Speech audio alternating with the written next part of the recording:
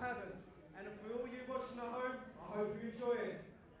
The first fight today is Kayne Issac versus Jay Arnold. In the ring now, fighting out Sports Academy is Kayne Issac.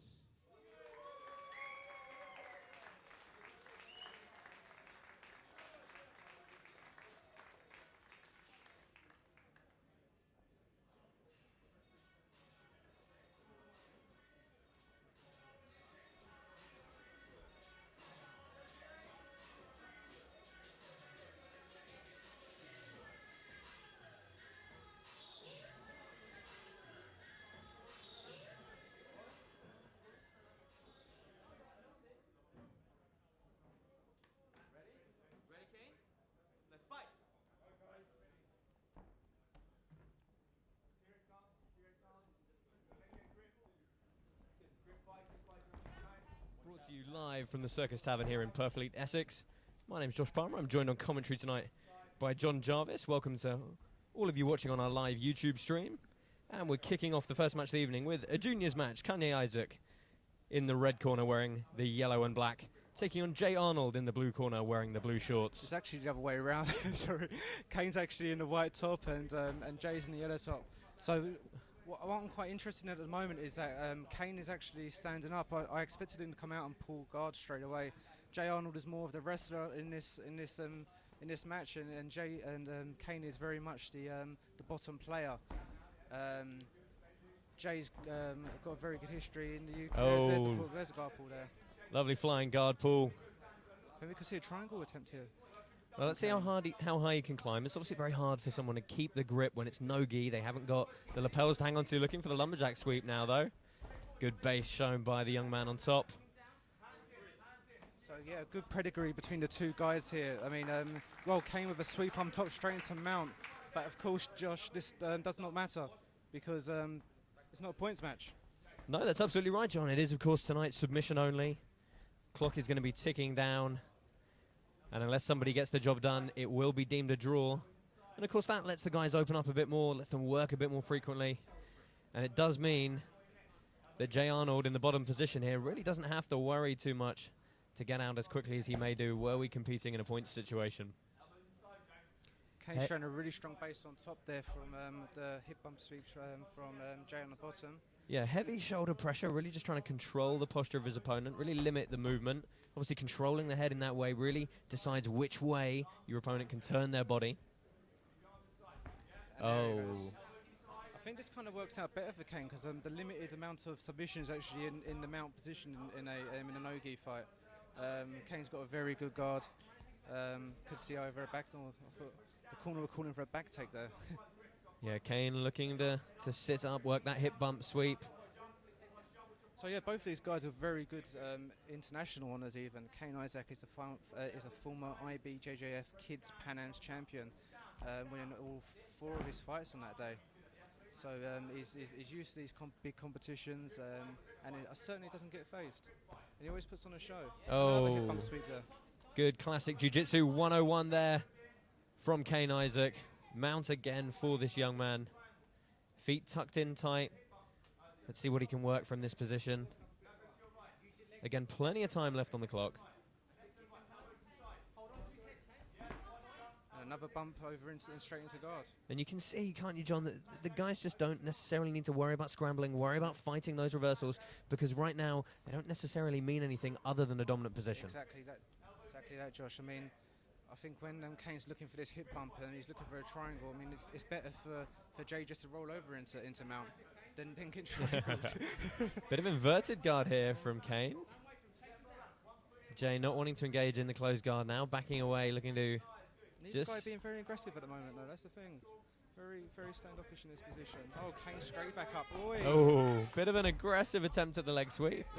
Would have earned himself a good 2 points had we been considering points, but Pass guard, passing his guard there. Is he going to get it? yeah, not really trying the knee slice, just trying to step through. And sit And back. you see, again, it's the free-flowing nature of these kind of submission-only matches where, you know, because there isn't the emphasis on points, nobody's trying to lock down a position. They're being a bit more fluid, a bit more lackadaisical with their positioning. I think sometimes in these exchanges, being on the bottom is actually the most advantageous position for the fighter. A lot more submission attempts. So it's interesting to see who's getting the upper hand on the grips here. Both guys wanting to really dictate who's going to control that posture. And perhaps some heavy breaths coming from J. Arnold now. He's the bigger of the two as well. J. Arnold, the scales were for under 70 for this fight. Kayne weighed in at 63 and Jay was just on the ball. So maybe a weight cut into that entails. Yeah, I mean, bit of a height advantage for him as well. And let me tell you, ladies and gentlemen, it is going to get hot under these lights very quickly for these young men. As I said, Jay's the more wrestler out of the two. Kayne's very much the guy on the back. He likes to play with his jiu-jitsu off his back. Oh, jumping armbar. And he gets the taps. What a submission there by Kayne Issac. Wow. What a performance. Flying armbar. Wow. I mean, what a way to start the show here. I think the submission of the night has been won there, Josh. Well, we'll see. We've got plenty of good matchups.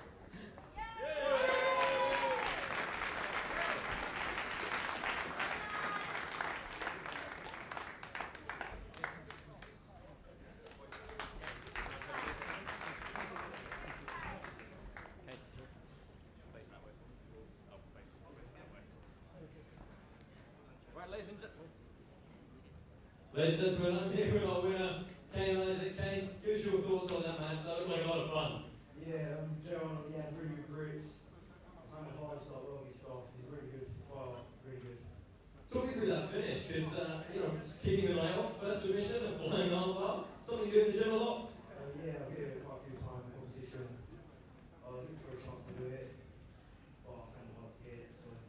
Well done for putting on the show here tonight. Looking forward to coming back to the next Tuff Invitational. Definitely.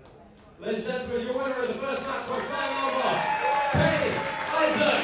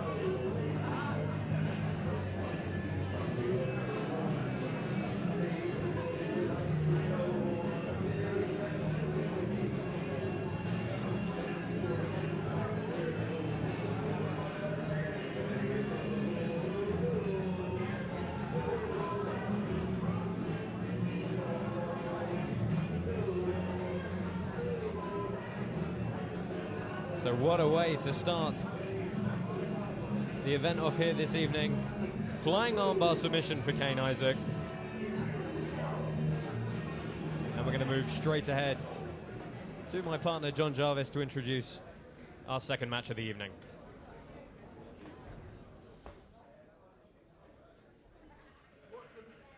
What a submission attempt there, eh? Great for an armbar there by Kayne. But next up, we've got a featherweight blue belt fight. This fight will be contested over 15 minutes. First up onto the stage, representing Castle Gracie, is Angelo Duarte.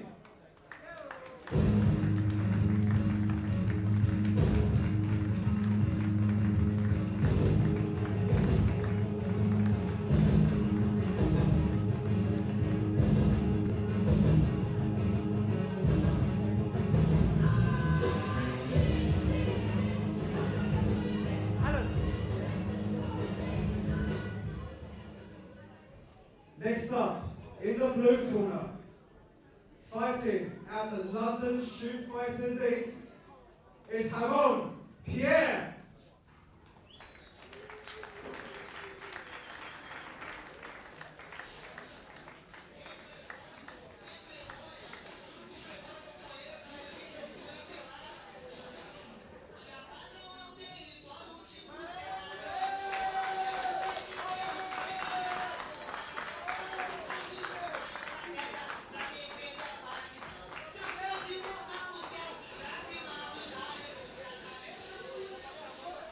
So, ladies and gentlemen, we get ready for our second match of the evening here at the Tuff Invitational 2. Josh Palmer, John Jarvis, calling all the action for you here tonight. Angelo Duarte, representing Carlson Gracie. He'll be wearing the white gi, and he's taking on Romao Pereira, representing London Shoot Fighters. He'll be wearing the black gi. Our referee, Alain Pozo, gets us underway for this one. What an exciting match this will be. Two electric featherweights. That was a very energetic fist bump to start this one off. I think they meant business there, Josh. Pace double guard pull. Yeah, double guard pull. See who's going to come on top. Pereira for the footlock. Amon is very, very good with footlocks. Last week he fought at the British Nationals in the gi and won gold. With some of his fights will finish in by footlock. Yeah, so you can see he's trying to turn Duarte down to the outside, and Duarte does escaping, replacing guard. Good awareness from the young man. Those footlocks can be so dangerous. Of course, tonight we are competing under IBJJF rules, but with the one very significant modification that knee reaping is of no consequence. No, I mean the reason why we decided to do that, Josh, was because we felt it just slowed down a few matches. We don't want any DQ tonight at the end of the day. Knee reaping is a bit of a hit and miss rule for some people. Some people hate it, some people love it. Well, I think it's fair to say, isn't it, John, that all the competitors, on tonight's card, massively seasoned, a lot of training. They find themselves in these positions very often, and they understand what the body is going through when it gets put in these situations. Exactly that. And what you find is, I mean, a Tuff Invitational one, we had no knee reaping. We had knee reaping allowed, and these guys they're used to these rules, and not many people were knee reaping anyway. So looking for the aggressive grip break is Duarte on the bottom here. Strong posture from Pereira on top. It's quite interesting, Josh. When we made this matchup, we wanted Ramon onto the show. He's an exciting fighter, and we asked who does he want to fight. And he actually picked Angelo to fight. He actually said, "I want Angelo." He beat me in February in the London Winter Open, and wanted a rematch against him. So, bit of a grudge match this one. Hope you're all enjoying our live stream on our YouTube channel and on the social media. Follow us on Instagram at Tuff Invitational. And also, we wouldn't be able to do this without our sponsors today. Punch Strong, Predator, Velour, and Cannons UK, and last but not least, Tuff Fightwear. Yeah, what a fantastic arena this is for this type of submission-only event. Circus Tavern here in Purfleet, Essex, 26-foot platform, nestled in amongst the crowd here. We still find ourselves in the close guard of Angelo Duarte, working frantically to try and get some sort of dominant grip break. You see him trying to post up on this elbow. Let's see if that allows him to base and get his hips off the ground. He's going for a choke, but the gi just went over the head. Referee almost jumped in there. Of course, should that happen, the referee will call Pawel, stop them for a moment, and replace the gi, looking for that strong lapel collar grip now. And choke. A bit over his chin there. I don't think it was really on. Ramon coming back onto his left knee, trying to get his left knee in between the guard and just starting to pass. Yeah, very aggressive passing position. If he can really get his weight forward, control the upper body a bit more. They're going to reach around the back to do just that, crawl his way through. Needs to put a bit more pressure on him there. I think Angelo's looks a bit comfortable, really. It's going to be interesting to see how he deals with that knee shield. It's becoming a very common position in a lot of grappling nowadays, that knee across the belly with the shin. I love to do that myself, to be honest. But Ramon just needs to smash down on that knee. Well, you can. I mean, we've got an interesting view from our position. We can't quite see what's going on with the hand fight, but of course that left arm, there it is. that left arm around the head from Pereira is going to allow him to really flatten Duarte on his back, really start looking to free that trap leg. I think Ramon needs to, like, surely but surely get that knee out, that left knee out. Then he's got a lot more control with the top position. This is interesting. You can see Passing the Pereira. gi over. Yeah, he's looking to pass the gi under the arm, and that's going to help him gain control of that far shoulder. Sometimes easier to pass the gi, there we go, grip to grip, than it is getting the full-on underhook. And it's also going to allow his right arm to help. There you go. Nudge that knee out, and this could be a very strong pressure pass from Romao Pereira. I think Angelo's going to try and look for like a reverse triangle here, maybe. Just putting the head down. Oh, the pass. 3 points, Josh. No 3 points, but you can see already the intention from Pereira to play this grinding game, this oppressive top game. And as we said before, you know, it's 15 minutes is a long time. It's longer than black belts compete in most IBJJF competitions. So he's got a gi underneath the neck. I think we're going to see his hat here. Angelo's in trouble. He's turning into him. nice loop choke. Lovely little loop choke. I think he's in trouble here. He is in a lot of trouble. Pereira's got to straighten that left arm. If he can straighten the left arm, it's really going to pull the gi tight. You can see Duarte. He's just out of it. Yeah, he's not out of danger yet though. If No, he just needs to pull that gi down. He is doing that with his left arm though. If Pereira can turn, put his head on the mat next to the right hip of Angelo Duarte, start cranking the pressure up again, but make no mistake, Romao Pereira firmly in control of this one here. And he's passing the other gi over the arm as well, just so to stop him from moving him over when he steps over, I think.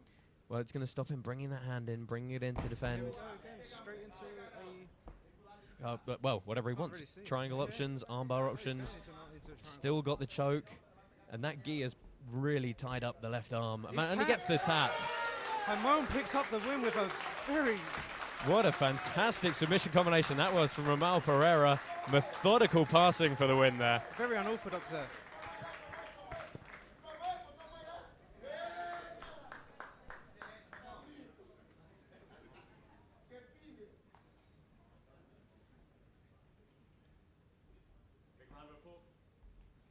Romao Pereira.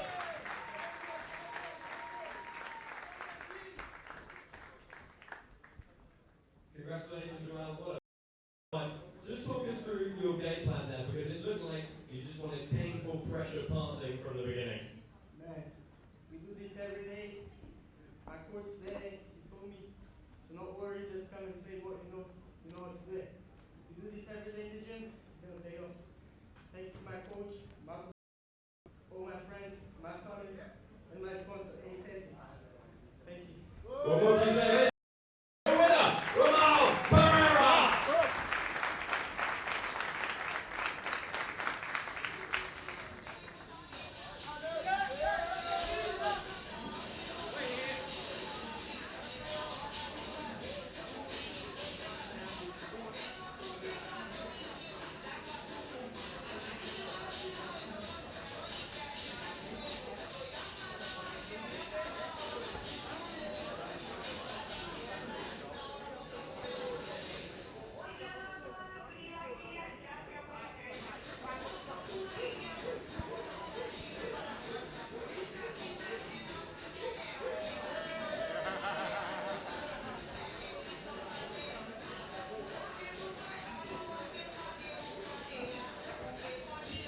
Well, 2 fights, 2 submissions here at the Tuff Invitational. What more can you say? More fantastic submission-only grappling coming ahead. Hope you're enjoying the live stream on YouTube. Let me throw it over to our MC, John Jarvis, to introduce our next matchup. In our third matchup of tonight, it is a light featherweight contest in the game between 2 blue belts. First up, corner, fighting out of Carlson Gracie Gym, is Tommy Yip.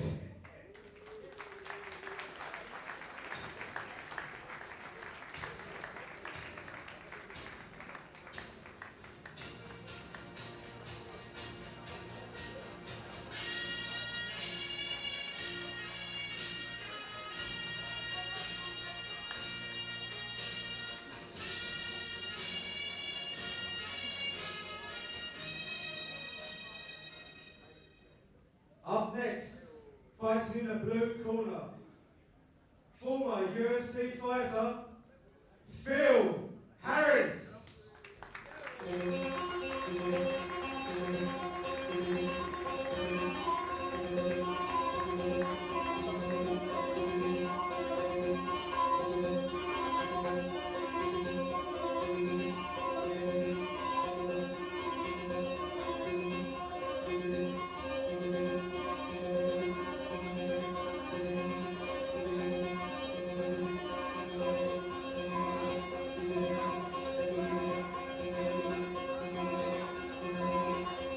surprises which part of this song we're waiting for, ladies and gentlemen.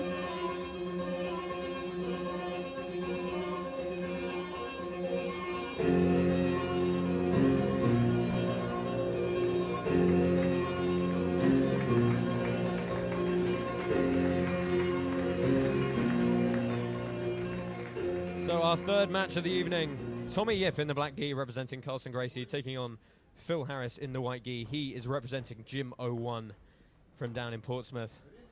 And as you rightly mentioned in the intro, John, Phil Harris, a former UFC competitor. Very fit, and he came out to Bubba O'Reilly, eh? Absolutely. An early guard pull from Tommy Yip. One thing that a lot of people might not know about Phil Harris, he has a massively extensive judo background. A lot of effort into the throws, but he's going searching for a footlock early here. Sitting back there, I mean, Tommy's a primary a gi player and very much plays on his back a lot. Very good brim blows and very dynamic off his back. Yeah, I mean, obviously a very extensive and high-level MMA career for Phil Harris, so a lot of grappling, no gi. It's really good to see him go back to the gi and keep that competitive energy up once he stopped fighting professionally. And happy to step up on competitions like this, finding himself in the closed guard now, and you can bet one thing he's definitely carried over from his MMA days is the ability to nullify an opponent on the bottom. Really sit on them, make yourself heavy. I mean, that's what he's going to get from his judo background as well, Josh. He's very good base up on top. I mean, and recently as well, he's come back into the gi competitions now. Yeah, high guard from Tommy Yip, just putting Phil Harris in a little bit of danger there with the legs, and spider guard now. I mean, a totally different, totally different load of styles here. Absolutely. Phil goes onto the back. He kind of gave that quite easy there. That was from Tommy Yip to earn the top position here. He's looking to pass, showing almost a little bit of disdain for Mr. Harris in the. There's a bit of how dare you touch me there. So Harris looking to try and engage a hook with that ankle grip. See if he can find some sort of guard. Phil going into deep half now. Well, it's a good connection from Tommy Yip on top, but he chooses to open up, and he's going to try and pass standing here. Phil comes up. Oh, jumping back take from Tommy Yip. Beautiful there. Beautiful jiu-jitsu there from Tommy. Yeah, that's one thing you find from the guys this light. They tend to move very quickly, but good guard recovery from Phil Harris. And he's trying a lot of open guard work, and Yip is just dancing around him here. But we'll see what happens if he grips him up standing. Could be a different ball game. Tommy's looking to put on a show here. It's a smart game from him so far, you know. He's trying to get in his opponent's head. He's not allowing Phil Harris to implement probably his strongest area of grappling, which will be the stand-up clinch. Oh, triangle attempt here. Phil's staying very, very postured. Yeah, Tommy needs to break this posture to get this triangle. He's pulling down on his... Well, I can't quite see the grips, but Phil's done a good job of getting his spine in line, getting his head straight, and that is going to be problems for him. Oh, here it is. He needs to get Tommy's right leg. Well, it's very tough for us to see what's happening with the arms from the position where we are, but there's a few things that could be going on here, and Phil Harris is trying to regain that posture. If he can get his head up, keep himself based above his hips, it gives him a lot more pressure to fight that very strong rowing motion from Tommy Yip, who is looking to lock this up now. Again, great base there from Phil. That judo background is certainly helping right now. Oh, he's over the foot, so not quite locked. He's trying to cinch it a little bit tighter. I think Tommy needs to just get his hips further away a little bit, just to give a little bit more space so he can really lock that triangle in. Yeah, we can also see that Phil Harris has got his right arm fairly buried to the mat, so you can bet there's a little bit of space on that carotid artery still remaining. You can see he's managed to force the legs back to this crooked guard position. I mean, the thing is about this position here is that Tommy just can't burn out his legs. Well, that's it, isn't it? We've got a long time still to go in this match. And you've got to bet the lactic is starting to build up, and could be a moral victory for Phil Harris escaping that one. And he comes back. I mean, is Tommy going to be tired now from that? It doesn't look like it to me, though. He looks very calm. Playing a very open game. It's the second time he's tried that spider guard to the grip break, back to the Delahiva on the other side. Oh, coming over for an armbar here. You can see Phil's trying to create that frame, force both arms back in, and very wily. Over-under pass now for Harris. Looking for the guard pass now, Phil. Remember, I know that these are submission-only fights, Josh, but the basis of points is better position. and I think you should try and play that points game into and come into a better position so you can get these submissions on. Well, there's almost no downside to having a dominant position, is No, there? definitely not. Oh, So looking to work in the closed guard again here, and Harris is going to have to be wary. We've already seen a couple of times the Carson Gracie man, Tommy Yip, in the black gi, really throw up some of those fantastic submission combinations. feel very strong on top though. So just keeping his head in the center. We're going to break the grip. Strong collar grip for Tommy Yip now, and you see immediately those legs are looking to go to work.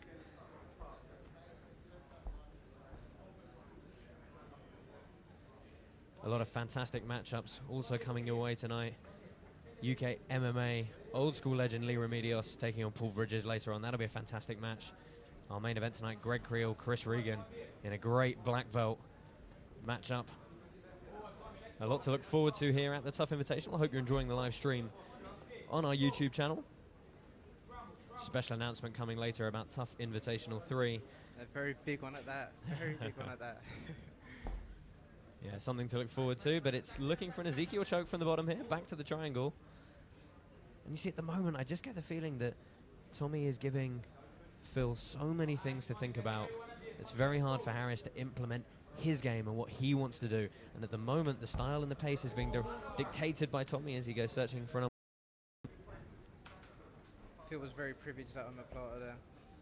But what we're seeing is Phil really defending at the moment, not really having a chance to attack at all. Tommy very, very active, attacking, gi chokes, arm bars, and a triangle earlier. Yeah, absolutely. He's the busier of the two men here. Again, going to work on that spider guard.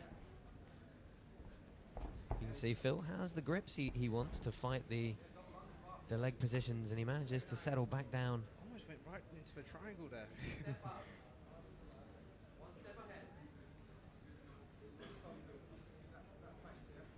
I've got to say, at the moment, I get the feeling the momentum is really with Tommy Yip. Again, he goes to rock and attack that overhook on the left side. It's been a fantastic weapon for him so far. Tommy doesn't look to be getting frustrated either. I mean, every single submission attempt he's putting up, I mean, Phil's just slapping it away. But not really looking like he's too urgent at the bottom, just throwing up a triangle or an armbar or some attempt whenever he sees it. But they need to start working. I think Tom's starting to wear out. What a fantastic combination. Look to take Phil all the way over the top. And when Phil based back, he shot the legs up to threaten the triangle again. Very tricky guard from Mr. Yip here. The old classic hip bump triangle there. Both guys looking really hot. It must be very hot under those. Yeah, I mean, I'm pretty bad as I am, to be honest. we can't stress, ladies and gentlemen, how hot it is here in the Circus Tavern. The UK reaching record temperatures in the last week. And of course, a full fanfare of lights, cameras, and an audience to cheer these competitors on tonight. Our referee, Tiago Borges, overseeing this one. Again, your commentators for the evening, John Jarvis and myself, Josh Palmer. We'd also like to thank our sponsors for the evening, Tough Fightwear, Valor Fightwear. Oh. Phil gets his arm, his elbow out, then the rest of his arm. Yeah, the omoplata was threatened there as well by Yip as he looked to go inverted. His crossguard game is really something to worry about. You can see this posture, typically it's not something you'd see many fighters do, but Phil's got to do something to try and pin Yip down and at least instigate some form of his own game here, because right now it's all Tommy Yip. Yeah. I mean, Tommy's come on a long way in such a short time. Well, look like attempt here by Phil, and he comes back out of it. But yeah, Tommy's come on so well. I've known Tommy since he first started doing jiu-jitsu. He was very close student to Claudio Silva, the UFC fighter, and they won tough grappling competition. Tommy went to sleep under a choke because he didn't want to fall asleep. He didn't want to tap out in front of Claudio. Did not want to tap. That's the type of guy that Tommy is. He's very, very respectful of his coaches, and went to sleep for it. So obviously this is a couple of times now we've seen Phil Harris look to attack these footlocks, and it might be a good game for him. It means omoplata, and exploding out is Phil Harris. Back to the feet. Let's see if he can Well, let's expect Tommy Yip to pull guard again. There we go. What I was going to say was we're seeing Phil Harris attack more of these footlocks, and what it's going to do is it's going to at least open up the game a bit more, and maybe he can get a pass from it, maybe he can create a scramble, because right now what he doesn't want to be is sitting in the closed or active open guard of Tommy Yip. Exactly that. I mean, Tommy's gym, Carlson, Gracie, Kent are very known for their footlock attempts. You've got Taylor Pearman, who is a teammate of his, who is a competitor in Tuff Invitational 1 who won by footlock. So I'm guessing he's used to it. You see Alain Pozo running the Carlson Gracie crew down in Essex in the corner of Tommy Yip, making himself very well heard.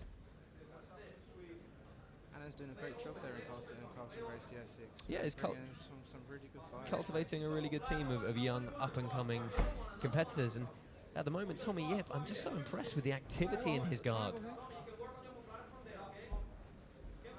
Well, Phil looking to stop that left leg from coming out. Now looking to step for the over-under. Let's see if he can get a stack pass off it. He tries. He's got to get the head up as he turns around. We have 4 minutes and 20 seconds remaining here.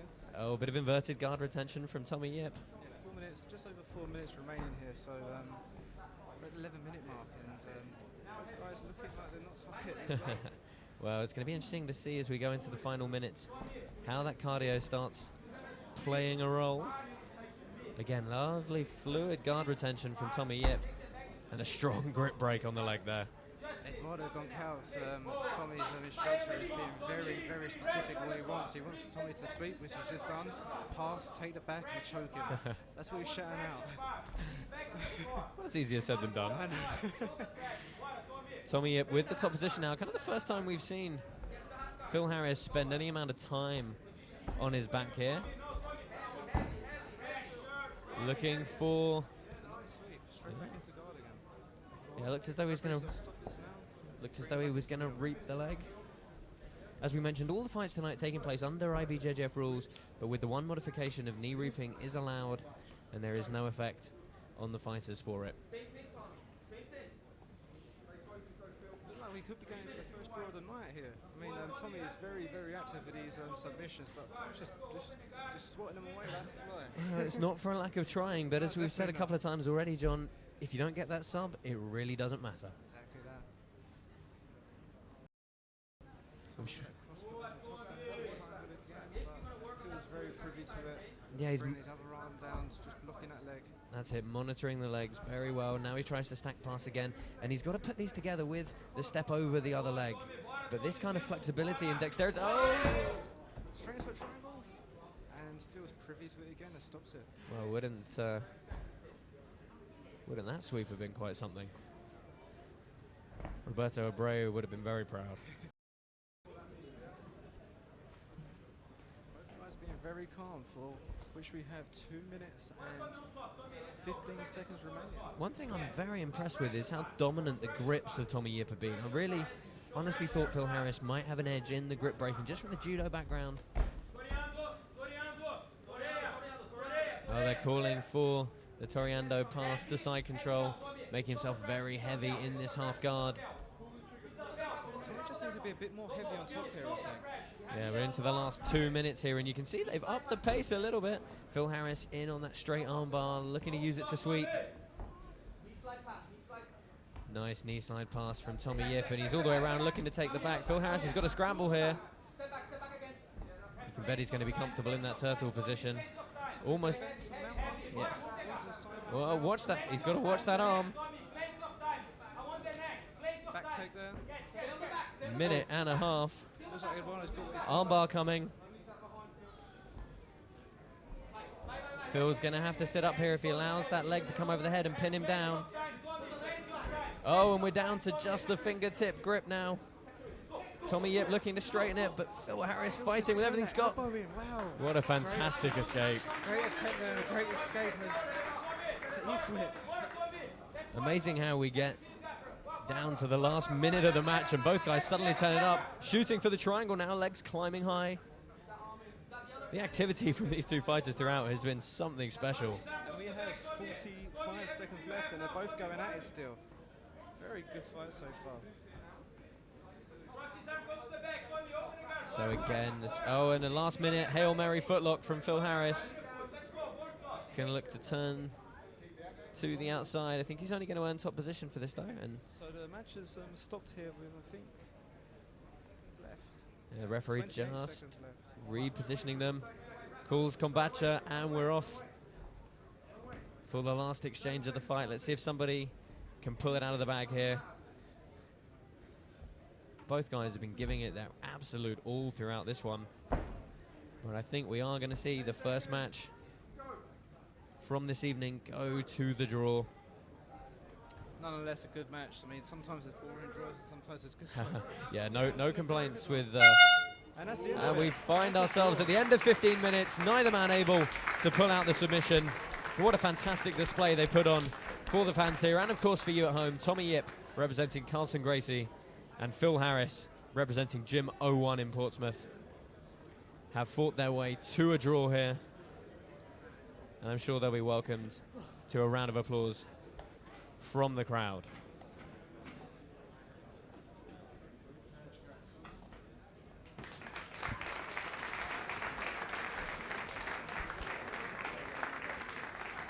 Big round of applause, ladies and gentlemen. Our third match goes to a draw. Phil Harris and Tommy Yip.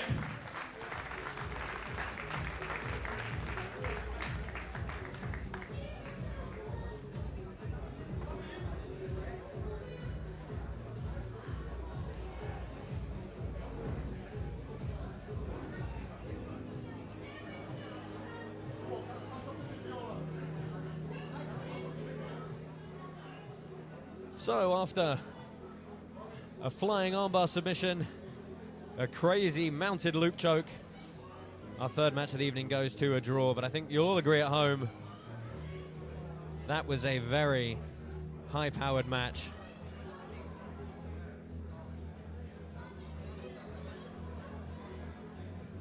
And we're going to be moving swiftly on in a moment to our next match of the evening. Two very tough purple belts, yeah. Leigh Simpson and Stephen Playfair. Once again, you're watching the Tuff Invitational 2 live from the Circus Tavern here in Purfleet, Essex. Josh Palmer and John Jarvis bringing you all the action this evening. Do follow the Tuff Invitational on Instagram, that's at Tuff Invitational.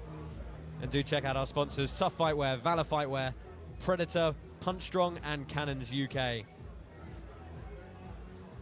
Another 10 or 11 matches for you this evening to fill your Independence Day wherever you may be in the world.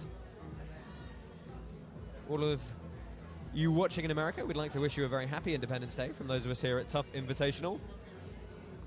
And we'll throw it over to our MC, John Jarvis, who's going to introduce our next two fighters.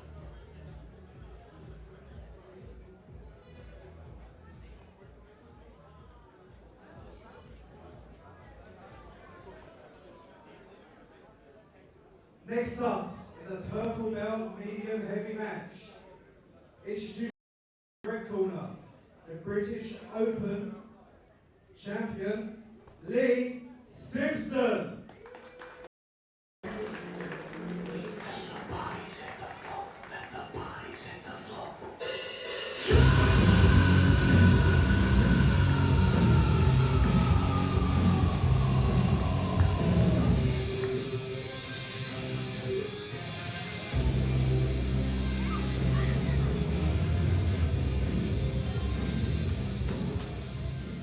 Up next, fighting in the blue corner, travelling from Scotland today, Stephen Playfair.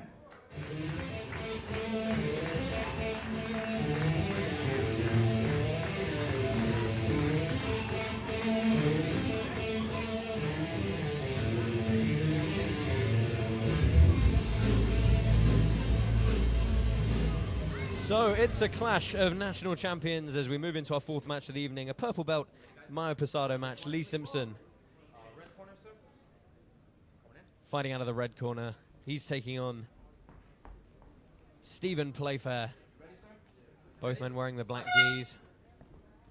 I mean, it's going to be a very exciting match. Both of them dynamic fighters. Leigh Simpson is a very well-known grappler on the circuit. in the UK. Yeah, competing domestically in a lot of competitions, coming out very well. He pulls guard and goes to Delahiva here early. Looking for the Brimlow attempt in. Nice tripod sweep.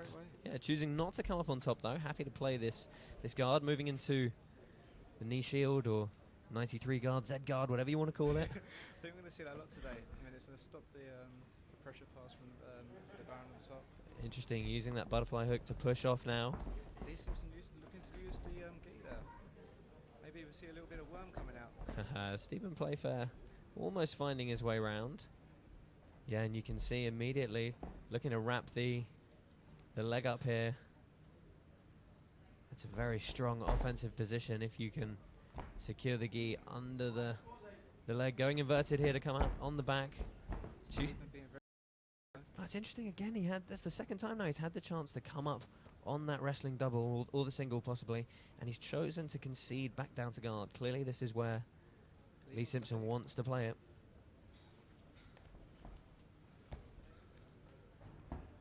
I mean, as you said earlier, this is a real battle of national champions. Stephen Playfair being a Scottish Open champion, and Leigh Simpson just won the British as well.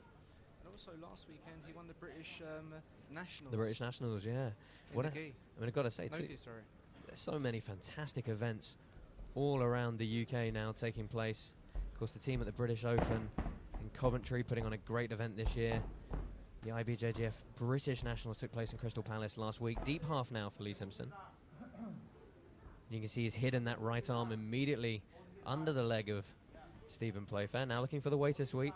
Bit of a contradiction to how he's played his game so far. He hasn't wanted to come up on top. Now he's looked for that sweep straight into the top and trying to pressure pass it. Yeah, immediately. He's got to be careful here at the triangle though. Well, I'm sure he's going to be wary of the leg. You can see he's controlling the foot, looking to step round. Such a technical sweep, but you can see as soon as he was on it, Playfair had no choice but to concede that bottom position. We're going to see what his guard's like here.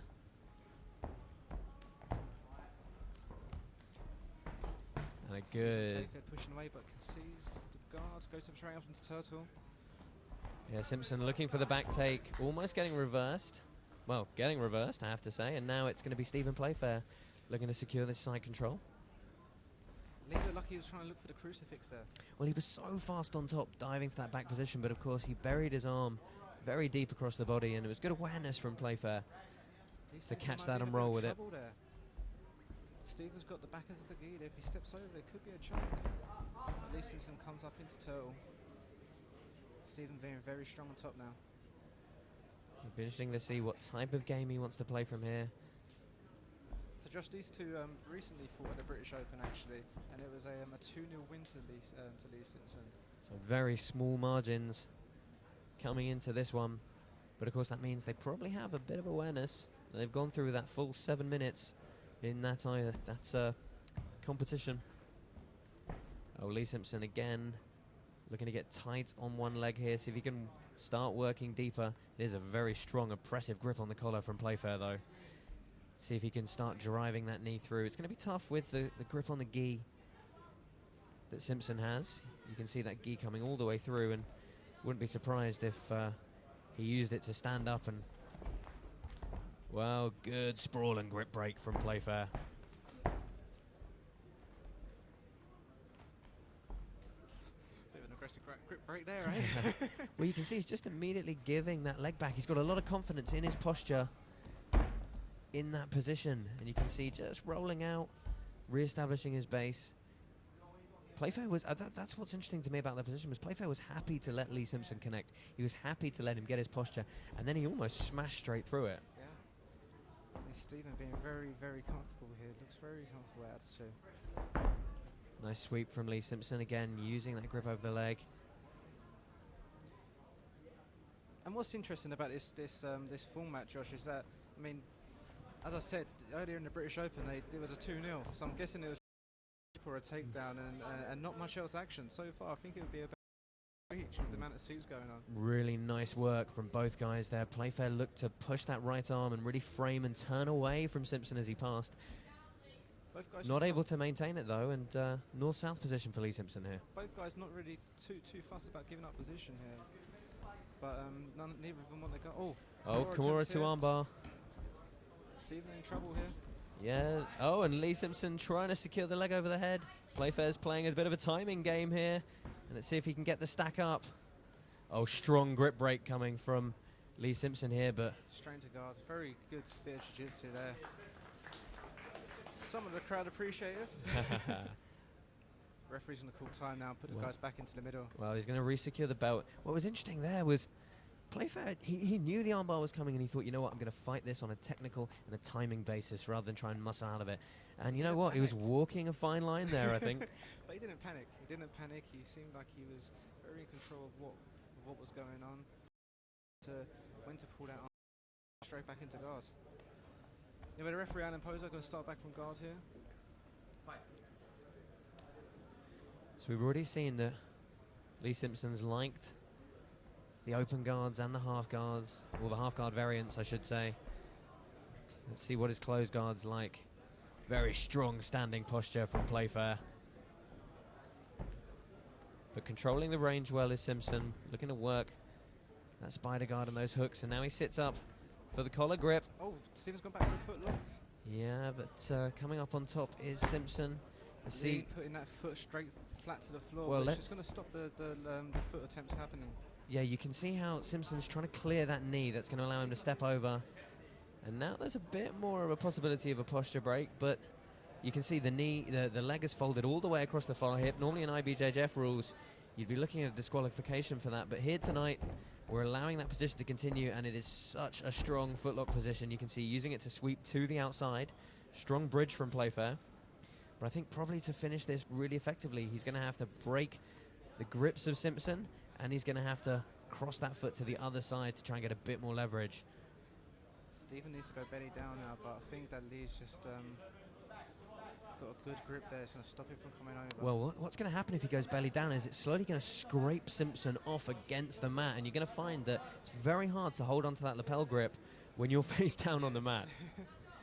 I think he's using that to actually stop him from turning there. It actually doesn't matter if the guy, he can really arch into it.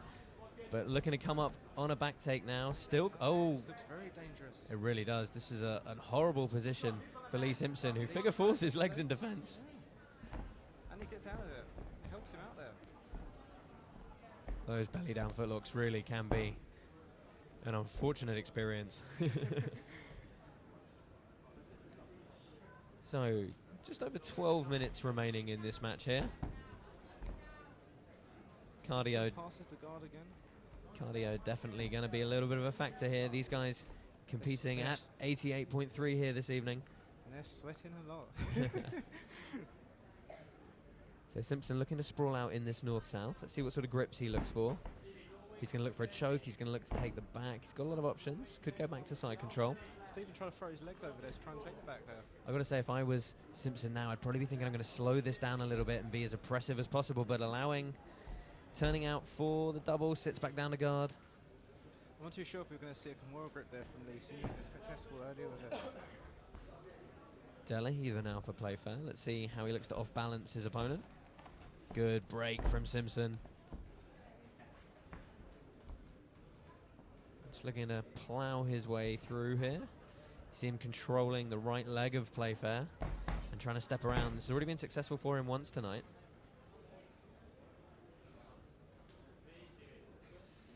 And he's got double well, I can't quite see. It looked as though he had double unders, and now back to the open guard of the Scottish Open champion. And this was our first 20-minute match of the night, Josh. I mean, most of our fights are 20 minutes, but we brought them down to 15s for the blue. Expect the roll again. Looking for the crucifix. As I said, this is what he was looking for earlier, this crucifix position. It's a very strong position, hard to get out of, and a lot of submission attempts from there. Well, what a great bridge and turn from Playfair. And it's his turn to try and take the back now. Representing Rick Young's Black Belt Academy, Leigh Simpson representing Team Sukata. Both men travelling quite a distance, quite a distance to be here for you, you all tonight. Again, Josh Palmer and John Jarvis bringing you all of tonight's action from the Tuff Invitational 2 here at the Circus Tavern in Essex. Hope you're enjoying the free stream of all of this evening's fights on YouTube. And Simpson having to defend the back take here, but body triangle for Playfair. And at this point, this far into this kind of match with this heat, That's going to start to hurt. yeah, it's just going to really start to wear on him. It's going to I mean, the real danger is if he breathes in, the legs contract and you can't breathe out again. And that's, oh, sorry, breathes out, the legs contract and you can't breathe in again. That's when this position really starts to get painful. Again, with the no point system, this body triangle is effective. Don't have to get the hooks, don't have to worry about those 4 points. It really controls the guy who's got his back taken. Well, we've just passed the halfway mark.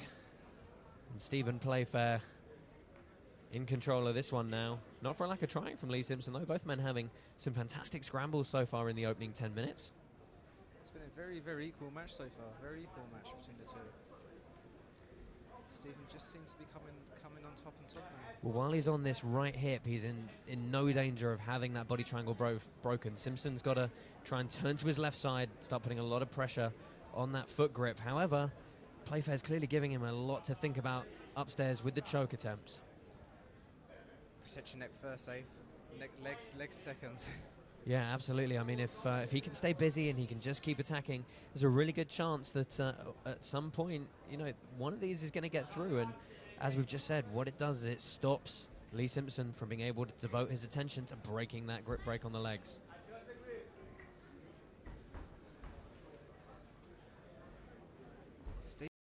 There. As soon as Leigh rolled to the other side, he switched the triangle on the legs to the other side. And he's going to do it again, see? Very, very privy there. Yeah, he's good. Thinking about his legs and he's thinking about the choke at the same time. Yeah, great awareness shown from this young man. And the longer he maintains this position, the more danger Leigh Simpson is in. What a revenge it would be for Stephen Playfair for getting knocked out of the British Open by this young man. Both guys very active. I mean, Stephen was down at the British last week and got a bronze medal for losing to the winner in the end. But now sometimes that's the way it goes. That tournament structure, you might just meet the gold medalist in the very first round. It does happen, but of course tonight people really get to put on a show. It's really all about the competitors. And we're seeing this format really flourish in modern day combat grappling.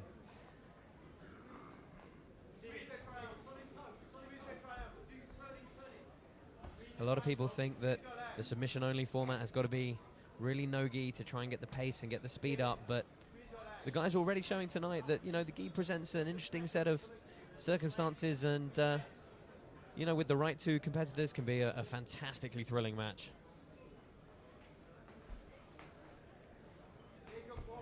Now, what I'm also going to start wondering here, John, is when is it going to start getting in the head of Stephen Playfair that maybe I just can't finish this guy from the back?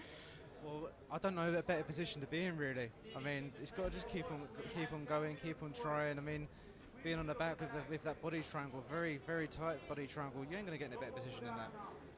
No, I mean, maybe if he could go belly down and start firing those hips through the spine, but you can bet right now he's doing everything he can to stretch out Leigh Simpson, and Simpson showing just how tough he is here.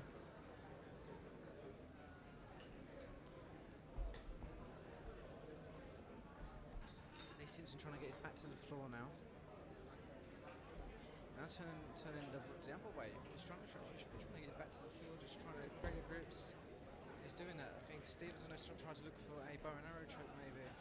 He's not having much luck trying to get both around there. No, it's very good grip defense at the moment. Back to the body triangle, switching to the other side. It's just great back control from Stephen Playfair.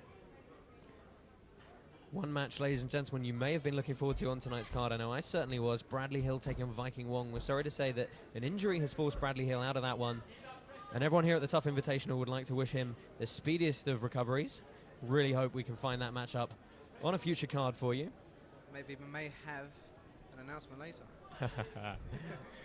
Well, stay tuned. Bradley done really well winning quadruple gold at the weekend. Yeah, I mean, what an achievement that is. Bradley, first British nationals, and he won quadruple gold in the brown belt, open weight and middle divisions. Choke here on here. Leigh Simpson needs to be struggling. Yeah, looking for the cross choke, but again he fights the grips and just sneaking the hand back in at the last moment. Simpson doing a very good job with 5.5 minutes, just under 5.5 minutes Oh, left. and Simpson might find his way out of here. And And what? he's out. Well, how about that for the courage of Leigh Simpson, immediately looking to jump past the legs, and let's see if he can get some payback here with 5 minutes left. Leigh getting a breath back there, and tongue out panting. But Josh, excuse my French, but he looked a bit pissed off there. Well, I think he's, you know, it's going to be frustrating to be stuck in that position for that length of time. You know, you just feel like all the pressure's on you, the clock's eating away. But now he's out, he's on. I can absolutely tell you that Stephen Playfair is thinking, how on earth did I let that chance slide by me? Leigh looks very determined now to try and look at his face. His face has changed. You can see he's trying to work the grips under the arm with the gi, trying to really pin that far shoulder down. The same thing that Hammond done earlier. Knee on belly to Kimura, far side armbar. Oh, maybe just losing it. He's got to rotate with it. He's got the arm straight. Now switching to the triangle. Oh, quick work to try and sit down and break the grip here, and into the armbar, and he gets the tap! Leigh Simpson with the come from behind victory. What a turn up for the books there. Leigh Simpson in trouble for 5 minutes. What a back take and a great armbar there. Stephen Playfair must be gutted, but a great performance there from Stephen. Sure, he's gutted, but that's jiu-jitsu, eh?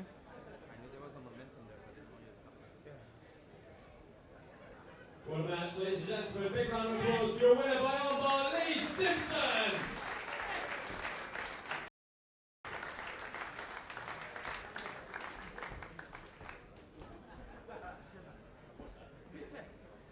I'm here with our winner, Leigh Simpson. Leigh, I'm going to ask you what was going through your head through the 6 minutes of back control there? I was getting time on it. Belly triangle, sitting right on me. I didn't want to get back to this one. Pushing the legs. Submission only fights. I'm not looking for my leg, my neck. The way I go. You have a real look of determination on your face. When you escaped, you got on top and you thought, I'm not going to let this one, pass me by. Yeah, I mean, I knew we'd wasted a lot of time there, so before I go away now, I got my girlfriend in the corner screaming at me, so I had to move and told all the lads, everyone wants to home. Anyone you'd like to thank here tonight? I'd like to thank John and all the organisers for putting on such a great show, all my team at Elliot, Hibbert House, and everyone at Hamilton, all the great bar, Kojak. I want to thank the qualified women sponsors in the house, and Moran as well. I'm sorry if I'm going on something that good. Ladies and gentlemen, a big round of applause, your winner, Leigh Simpson!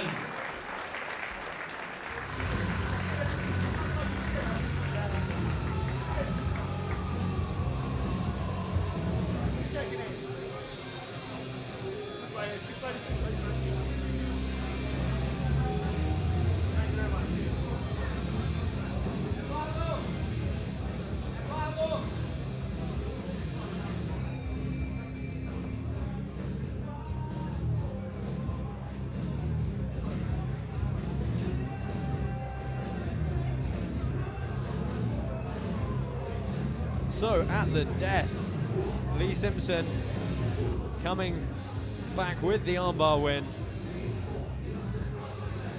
and keeping his record against Mr. Playfair intact. Sure, they'll meet again at another competition soon. We're going to dive back down to the blue belt division in our next match.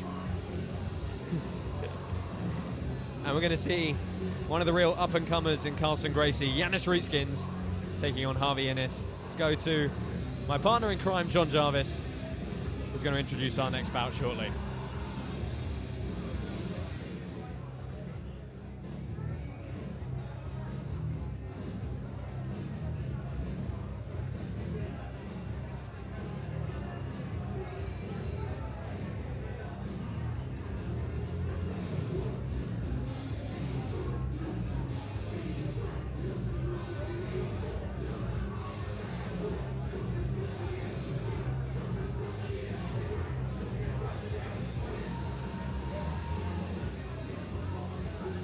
And just while we wait for our next matchup here, I'd like to thank our sponsors for the evening: Tuff Fightwear, Valor Fightwear, Predator, Punch Strong, and Cannons UK.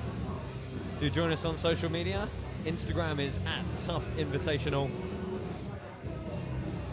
And we're coming to you from the Circus Tavern in Essex, home of some of the really old school UK MMA. Brought back to life here by Leigh Johnston for the grappling here this evening. Hope you're enjoying the free stream on YouTube. My name's Josh Palmer. Follow me on Twitter at Josh Palmer MMA. My partner in crime tonight at John Jarvis.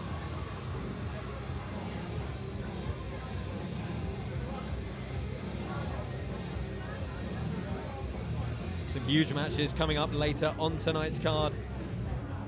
In a couple of bouts time, Leigh Remedios takes on Paul Bridges. Sean McDonagh taking on Tyrone Elliot. That's a great brown belt fight there. Followed by the heavyweight brown belts, Arya Esfandmaz and Jamie Hughes. That's about really looking forward to there.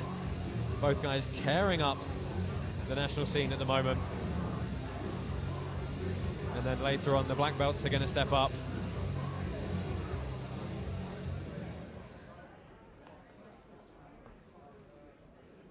The next match tonight is a blue belt middleweight contest.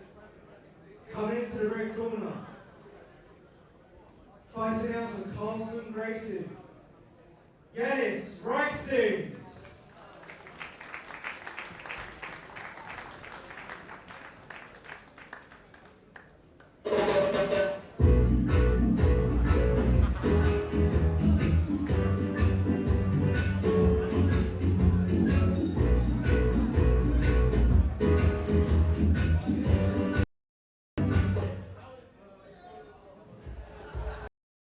We have the wrong music there.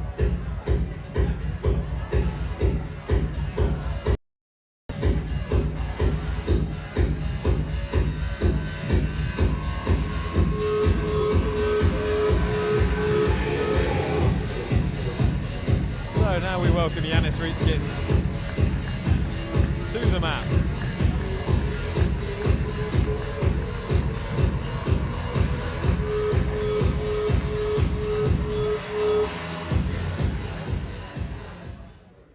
Fighting next out of the blue corner, representing Checkmat Jiu-Jitsu, Reece, Doran.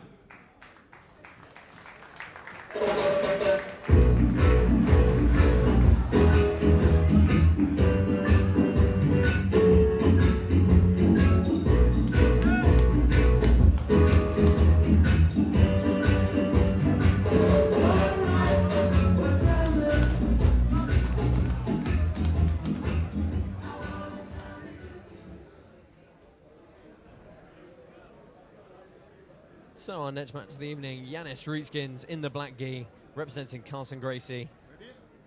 He is a British Open champion, and he's taking on Checkmat's own Reece Doran in the white gi. Also successful at in the absolute division, so used to dealing with some pretty big, strong guys. What's interesting about this match, Josh, is both of these have won literally everything in the country between them at blue belt. That was interesting. Riekstins coming out with the wrestling posture, but immediately pulling guard and looking for a foot now. Quick footlock here. No. And Doran turns the position around on him. Looking to secure the leg himself, and of course we've mentioned already the knee reaping not in effect here tonight. You see both guys have been attacking the footlock with the foot on the bottom side. Just takes away some of the leverage, still very effective though. And you can see Riekstins trying to sit up, put the weight on him. He's going to be trying to kick his leg as straight as possible here, try and force it deeper through that hole. And you can just see the grip on the heel slipping off for Doran there. Riekstins actually competing in a fair bit of MMA before he moved entirely into the grappling realm. I actually trained with him when he first started competing. And the last couple of years, he's really just taken off under the guidance of Alain Pozo. Training internationally, competing internationally, and really winning, as you rightly said, John, pretty much everything you can this side of the shore. I mean, Janis has won the British Nationals last week and actually defeated Reece in the third round by a footlock. I think that's why Reece has been very heavy with the footlock. So I think he's trying to get a bit of revenge here. Yeah, nice spiral guard sweep from Doran, but immediately getting sat back down by Riekstins, who looks to berimbolo here, going inverted. See if he can drag his way to the back here. Oh, he's halfway there. It's interesting to see if he's going to get a sweep. or It's the a back. shame the knee bars are not in effect here. Reece going for a footlock there, straight footlock. Yeah, he's got some options, and he's going to be able to generate an awful lot of torque. Essentially sitting down into belly down here, and now we find ourselves in 50-50. Janis has just come back from a month trip out in California, training full-time with Clark Gracie. Staying in the BJJ hostel. Yeah, see if there's any tricks he picked up. Switching the leg to the outside now. Are we going to see any own advances from Janis? Well, we'll see. Sits Doran down. Looks tight here. It looks to go belly down here. You can see. And you can hear Alampozo in the corner calling for the belly down position. And as we said, that's going to break the grip of Reece Doran. If he can go belly down, it's going to stretch him out, scrape him off against the mat. Reece just got to be very strong with that grip, come up and put his foot flat to the floor. That's what's going to stop him. But Janis, get his posture back, maybe sit back again with it. Let me tell you, 15 minutes of defending footlocks is going to really take a toll on the grips here. He said, whilst Janis was in California, Reece seemed to be doing a bit well in the British Open, won the absolute middleweight absolute winner, Josh. So it proves the kind of competitor he is. He likes the big guys. He was telling me last week he likes fighting against the big guys in the absolutes. Yeah, watch how deep Riekstins is trying to get on the toes here, really trying to get the toes under the armpit. Now they're going to switch to the other side. He's cleared one leg, and Doran forced on the defensive again here. Double collar grip for him. Again, Riekstins looking to go belly down.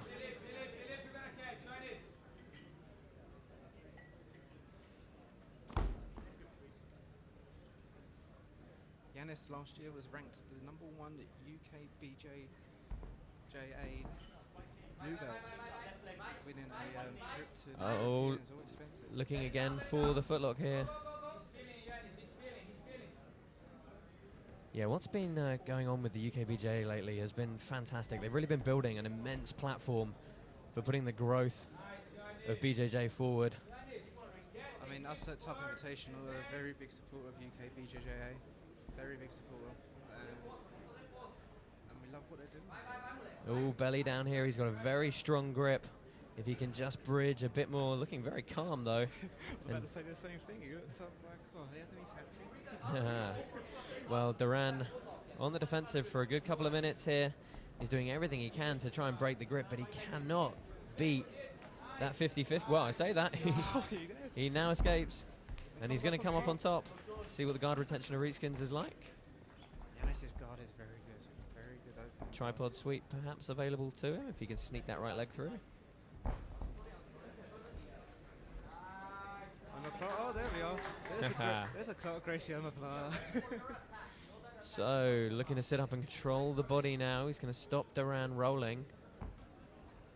Doran doing everything he can to just try and get his back flat on the mat and find some way out of this. There is an escape here. You just need a bit more momentum to really fling your opponent across your body this way. But Riekstins up with control of the body now. So there's the there's the escape. Still on though, still in danger. Triangle possibly here. And Doran's going to be wise to it. He's going to be burying that head as deep as he can. He's going to look to come up, but then the arm's in danger again. Janis looking very, very calm. Well, he's got a lot of options here. Armbar there on but No, the elbow's the elbow's out of the crux here. So still the omoplata threat, and of course the triangle threat. If he tries to posture up out of it. Riekstins showing some excellent opportunism when he gets the chance to attack. Again, going back to the omoplata. Crossing his legs and trying to get his right leg under the far arm of Reece. If he gets that and stretches him out, that's a very tight shoulder lock. Yeah, you see again, Doran is trying to go underneath the Riekstins here to try and almost roll and slam his way out of this. Can work, but a good grip on the leg from Riekstins, who now rides the position all the way up again. He's going to look for that triangle. Reece doing a very good job of being tight, keeping that arm flat, so he can't come around and get that leg around for the triangle. Janis persisting. Maybe looking for a choke. Well, he's got a lot of options here. Yeah, there's an option with the cross choke if he steps over the head, starts kicking the leg straight, just breaking the grip. As you mentioned, the omoplatas are there, the triangle's there. A lot of things he can do from this position. And Reece Doran is firmly under the cosh here as we move to 8 minutes left. Great resilience from Doran so far.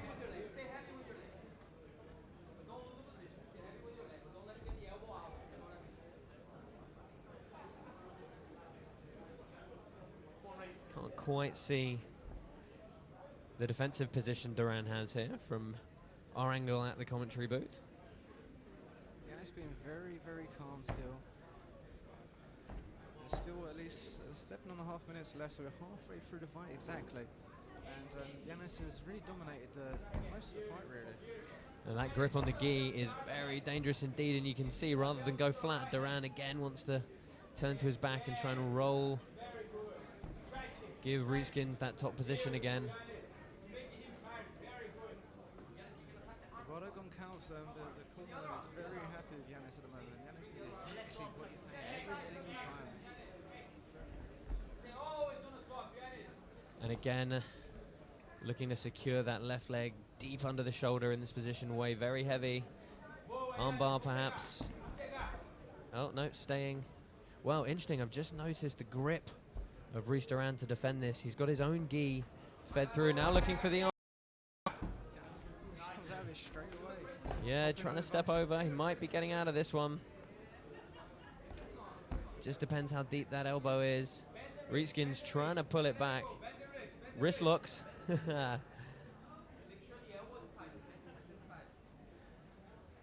Doran, I think, is going to just find his way out of this. He is tangled up in his own gi, though. Well, surviving the omoplata attempts. And Janis going to come out into a knee on Freddie, maybe. Yeah, he's got that inside arm pinned against the mat. You can bet he's going to work on the far arm here. Again, arm position slightly impeded. Can't see here, baby.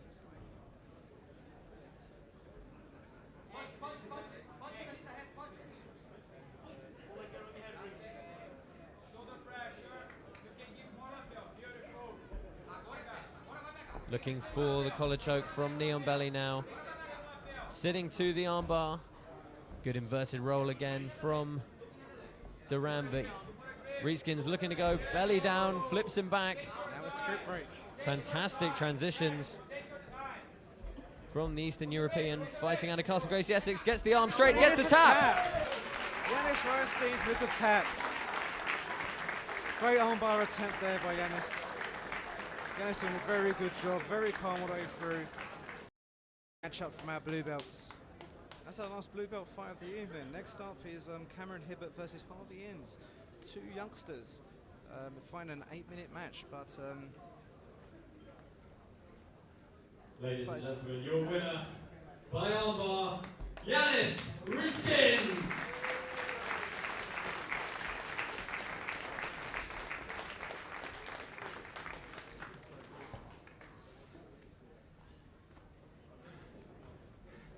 Janis, how are you feeling after that one?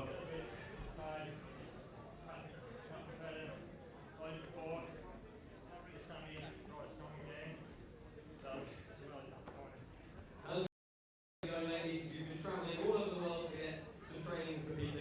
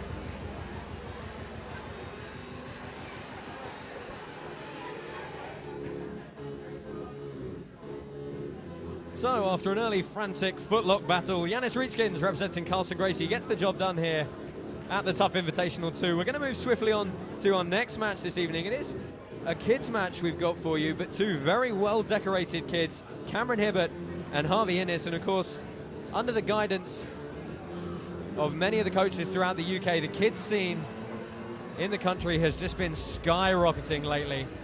There's a lot of work going into the UK BJA youth squad, and we're going to get to see some of that showcased here. Let's throw it over to our MC, my partner in crime for the night, John Jarvis, who's going to introduce our next matchup.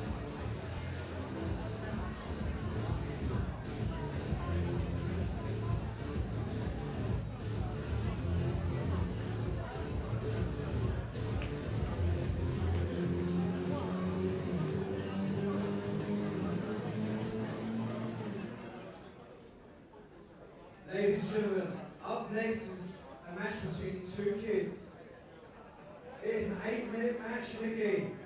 First up in the red corner, representing Combat Sports Academy, is Cameron, the silent assassin, Hibbert.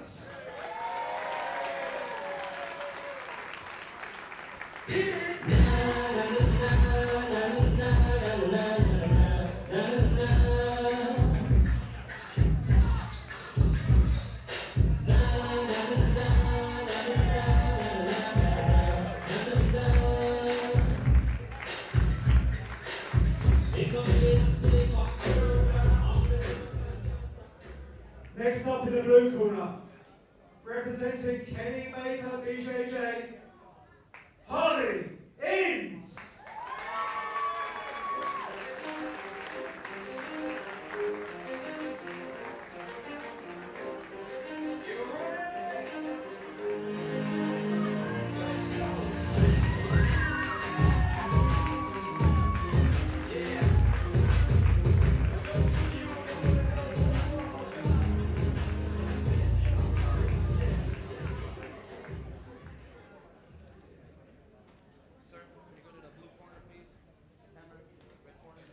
So our referee, Alain Pozo, welcoming the competitors to the mat. Alain putting a lot of time into the kids' programs around the country, and a very experienced referee for the kids here. And a cagey start from Cameron Hibbert and Harvey Innes. These two kids here are literally the future of this country's jiu-jitsu. Cameron Hibbert is undefeated in the UK for 3 years now, and Europe. Only losing in the Pan Am's tournament. Every single tournament in the UK. Well, high accolades for him. Early guard pull from Harvey Innes. And Hibbert trying to drive that knee through briefly. Oh, jumping triangle. Straight into a triangle. And looking to work the arm now as well. Well, what more can you say about that, ladies and gentlemen? That left me speechless. Cameron Hibbert getting the angle here, really looking to, if he can grip under the leg, he can... Harvey's doing a really good job here. Just not tapping. Well, let's see that 90-degree angle from Cameron Hibbert. Really going to be sinking this choke in deeper. And he gets the tap! He's tapped. Fastest submission of the night. I said earlier that Kayne is probably going to win it, but I think Cameron's got it. Flying triangle attempt there from Cameron. And this is a future of jiu-jitsu. Cameron Hibbert, a great competitor, and so is Harvey Innes. Great matchup between the two. Cameron, how you feeling? You haven't been beaten for over 3 years. Happy with that? I'm not sure what I was expecting you to say. How's your training going? And you're enjoying these matches? Ladies and gentlemen, big round of applause, Cameron Hibbert! This young man is undefeated for over 3 years, something quite special there.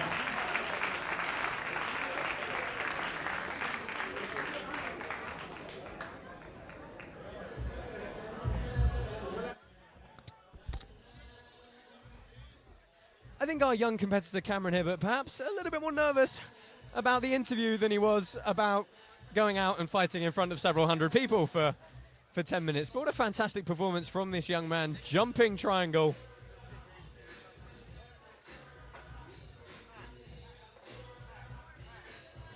Well, we go from a kids match to Leigh Remedios taking on Paul Bridges.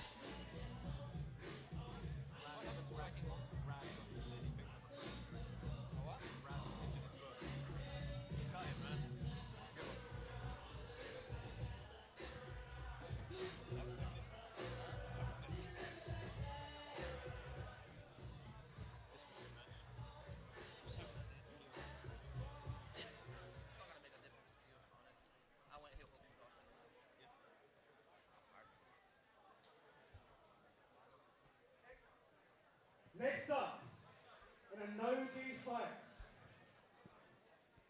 fighting out on the red corner, representing CFS and BTG is UFC veteran Leigh Remedios.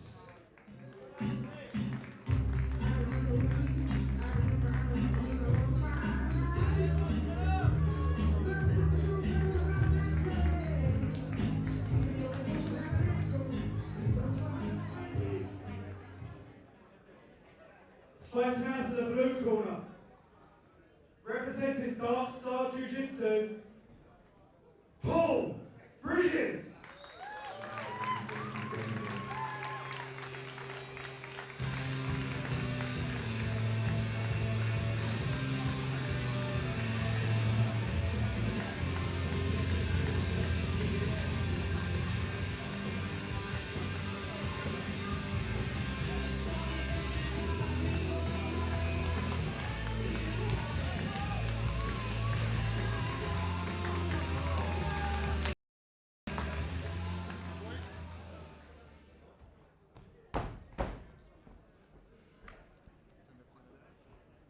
So, a fantastic matchup here. Leigh Remedios in the Spider-Man outfit taking on Paul Bridges in the black. Two real veterans of UK Jiu-Jitsu and MMA. Leigh Remedios is very well known on the circuit, very well known in the Jiu-Jitsu underground and all the old forums as well. Leigh Remedios once fighting in the UFC. Yeah, that was short that day, but that was all the way back UFC 38 brawl at the Hall, the Royal Albert Hall. Fought Genki Sudo that night of all people. So a lot of experience in the bag for Leigh Remedios. And it's good to see Leigh back on the circuit. I mean, he's been out for a long time, and this year he's really exploded, winning the English championships down in Kent. Yeah, he stepped up and competed quite a lot recently, but of course Paul Bridges much more firmly rooted in the jiu-jitsu scene. A lot of experience for him as well, and our referee Thiago Borges just making the competitors aware that the mat edge is looming. A 3-foot drop from the floor down. Yeah, it is. No one wants to see that, do they, Josh? Really? It is an impressive raised platform we've got for the competitors here tonight at the Tuff Invitational 2. Again, this event is coming to you live from the Circus Tavern in Essex. Both guys not really willing to pull guard at the moment. Wrestling match at the beginning. I mean, in the gi, Leigh Remedios is a blue belt, and Paul Bridges is a belt 2 stripes. And yeah, I don't think we can really bring that too much into it, though. Unfortunately, but I was going to say. Leigh has been a no-gi jiu-jitsu black belt since 2005. Yeah, I mean, interestingly, Leigh was one of the first guys to really start putting in a grading system for MMA and no-gi in his gym to try and bring across some of the great kind of curriculum, and markers of improvement for all his students. So a lot of grip breaking and hand fighting while standing here. Neither guy wanting to try and pull guard. Good shrug off from Bridges. I honestly thought perhaps given the depth of experience in MMA, the wrestling advantage might go to Remedios here. But Paul seems to be dealing with it very well. Not letting Leigh get the grips, pushing away when he does. Yeah, This very slippery no-gi.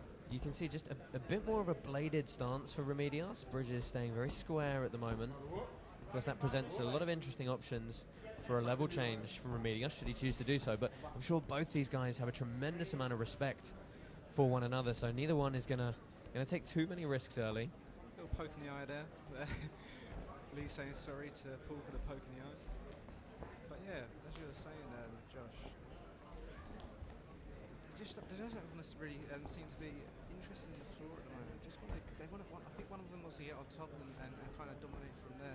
Neither of them really favouring the bottom game, I'm sure. Well, 20 minutes is a long time to compete, so neither one wanting to concede a bad position from the start. This one of very few no-gi matches on the card tonight. Expect it to be a little bit faster in the scrambles, a little bit slipped. Certainly if we find our way into the deeper reaches of this fight, getting a grip on an arm or a leg or even a neck maybe is going to become all that much more difficult. This is the last fight before our break, our interval break. Trying to get it going with a black belt fight. Some more matches coming up tonight. We've got Sean McDonagh and Tyrone Elliot after the break. 2 lightweight brown belt fighters, and that's going to be a very, very interesting match. Did you just say lightweight? They're lightweights. I am amazed that Sean McDonagh makes lightweight. He is a huge human being in that weight class. 75.5 kg on the dot today. And Oh, jumping guard. And Remedios accepting the closed guard position on the ground here. Also running down the card, we got Arya, Esfandmaz and Jamie Hughes in a ultra heavyweight battle. 2 very good brown belts there. Arya, as we'll explain later, doing very well internationally at Abu Dhabi. Further down, we've got another purple belt fight between Freddie, Sykes and Jacob with Stanley Punch. That isn't our mouthful.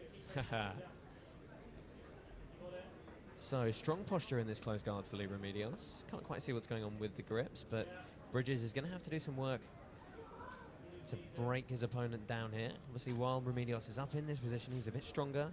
He can fend off more of the attempts. It doesn't really much in the way of an arm or a neck for Bridges to attack. I don't think you can see this in your position, Josh. I think I've got a better angle, but Paul was actually waving his arm around, trying to distract Leigh. Didn't seem to work, but interesting tactic. You can see Remedios going back to making sure these centre lines are together. Any kind of angle is going to be probably more beneficial for Mr. Bridges on his back here. Both being very respectful of each other. Not wanting to give too much away, being very tight, and very methodical. You can see as soon as Remedios looked to go 2-on-1 and pin an arm, Bridges used those powerful legs, pulled his opponent forward, and just reset the base. Oh, Remedios trying to feed his opponent's arm all the way underneath his own body. Rubber guard now. Remedios shrugging those shoulders forward to easily break that posture. So you say both these guys, many, many years of experience. 40 years between them. He wants to sit back and take the spur. A couple of times now, Bridges has tried these high guards. Again, he goes single hook high, and Remedios easily pulls his way out. Delahiva for Bridges now. Remedios clears that hook. Reverse Delahiva for Bridges. And almost forces a scramble. I was going to say lovely sweep, but it's a lovely sweep attempt in the end. But oh, and Remedios with the upper body control now. Such a strong deep underhook. He's got the connection around the hands and expect a lot of pressure on the head of Bridges here. And it wouldn't surprise me if Remedios manages bad position if to Paul needs to try and get that underhook on that arm and try and on his left arm and try to come out the side. Maybe bring a knee in neutral once he's done that, but Paul needs to try and fight here for it, otherwise he might see his guard past. Well, you can see Remedios just inching his toes up the mat, just trying to get placement a little bit higher towards Bridges' backside. That's going to make it harder for his opponent to clamp onto that leg.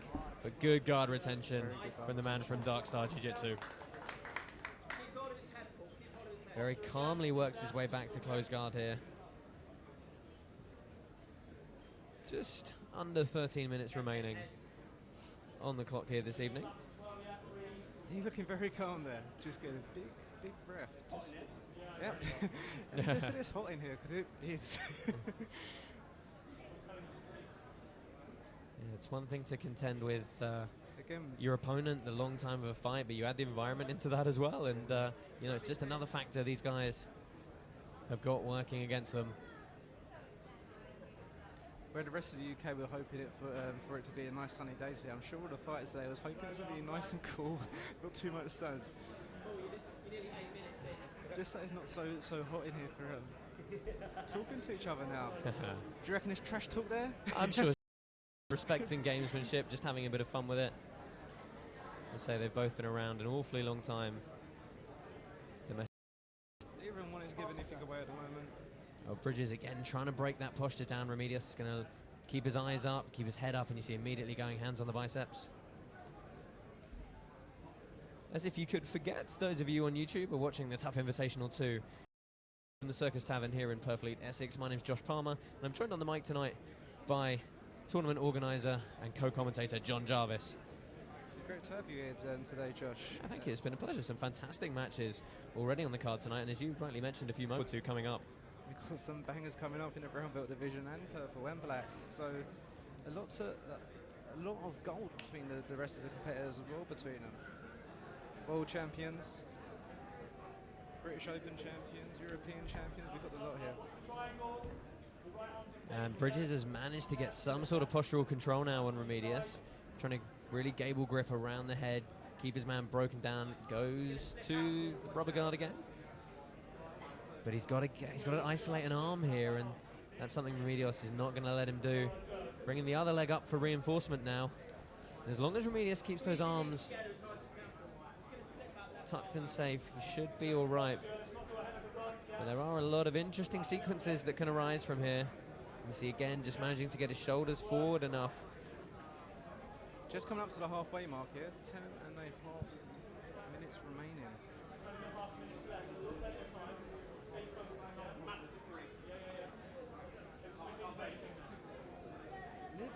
Neither guys are really going for it, I feel, in this match.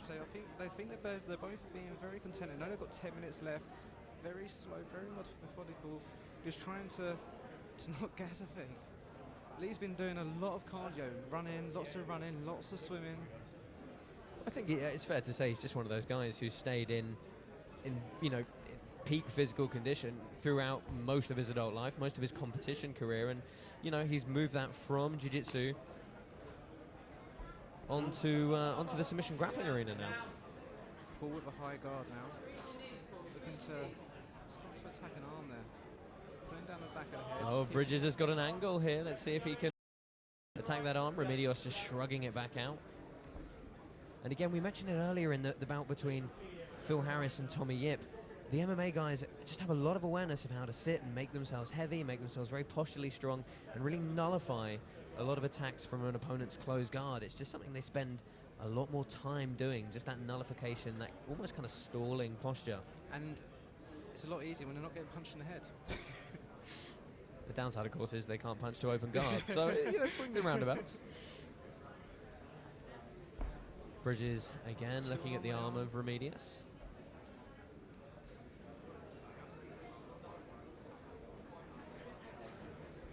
Your sponsors for all of tonight's entertainment: Tuff Fightwear, Valor Fightwear, Predator, Punch Strong, and Cannons UK. Do get involved on the social media and check out @Tuff Invitational on Instagram.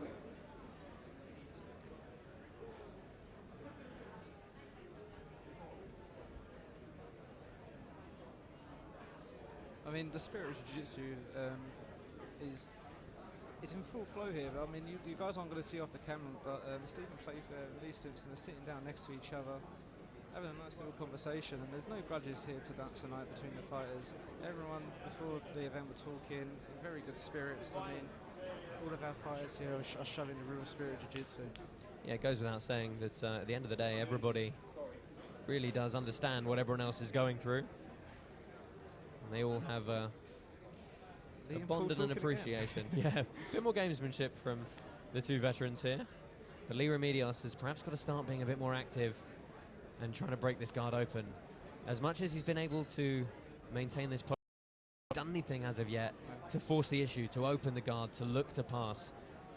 And time is moving down, 7.5 minutes left in this black belt match. Interestingly, in the rules meeting, this was the only match where both competitors agreed to full heel hooks.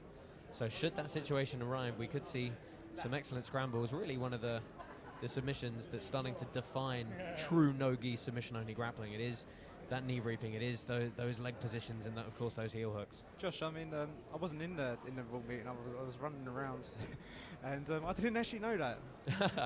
So that makes it very interesting. Both guys putting it all on the line. Not worried about the old heel hook rule. Well, it's one of those things that I just wonder, as the time starts to count down and people start looking for a bit more of the sudden, explosive, what I like to call Hail Mary submissions. Here comes them. If someone jumps on a leg.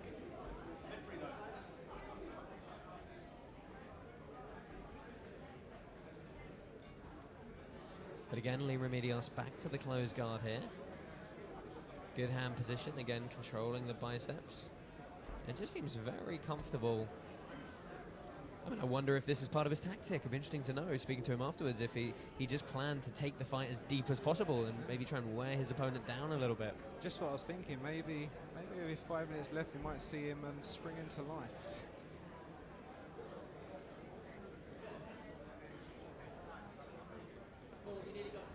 He really, Paul really trying just to get something going here, but I think maybe he needs to try and open his guard and try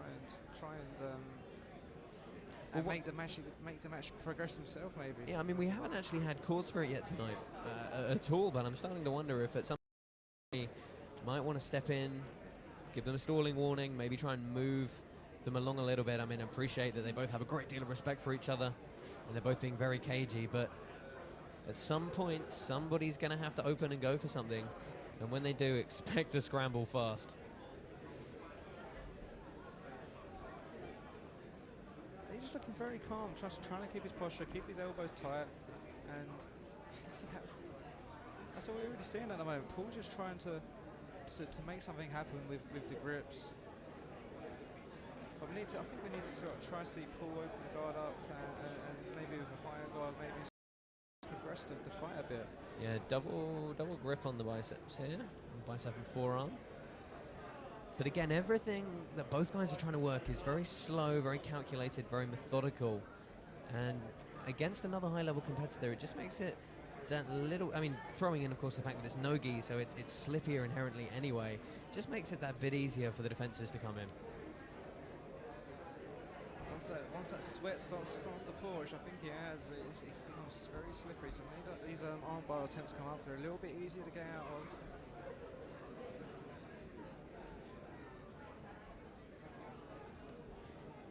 A bit of a weird posture there with his right leg up. Well, it depends. If he can,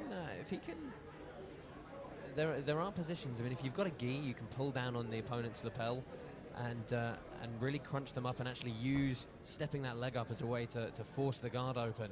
But not entirely sure what he's going to attempt from the no-gi closed guard here with that posture.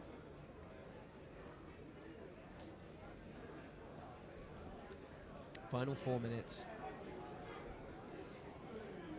on the clock here.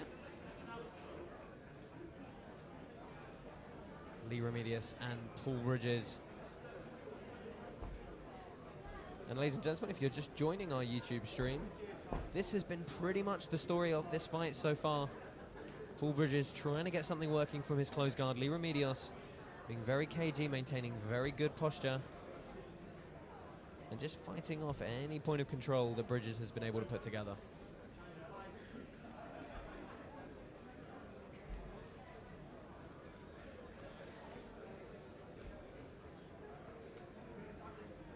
And you can see the sweat is really starting to drip off both guys now.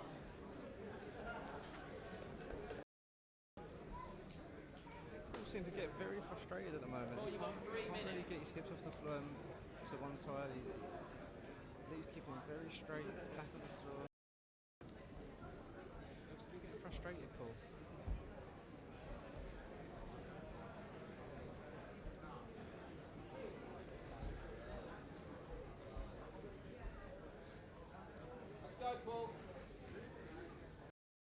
3-minute mark now, and we can hear the corner of Paul Bridges calling for a change of gear.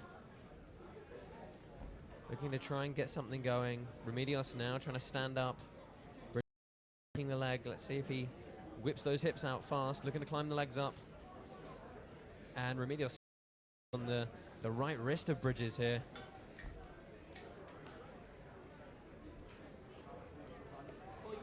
Back to the rubber guard. We've already seen a couple of times how Remedios is able to shrug those shoulders forward, shake off this control position.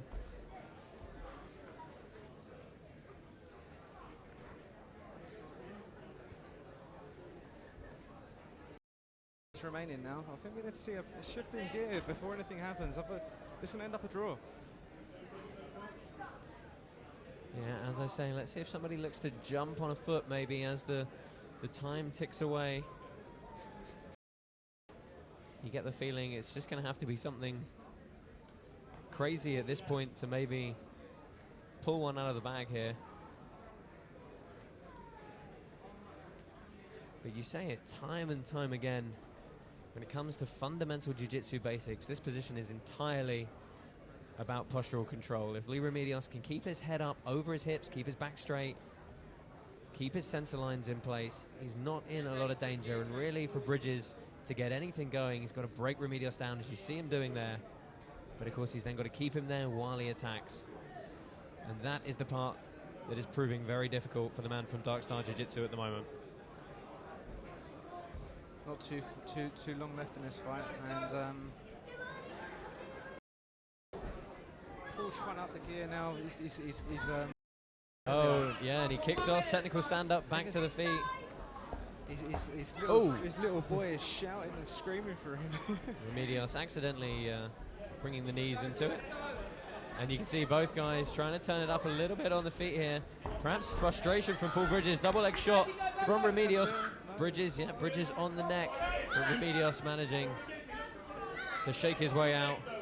Fantastic level change and penetration step from the MMA veteran. 20 seconds remaining.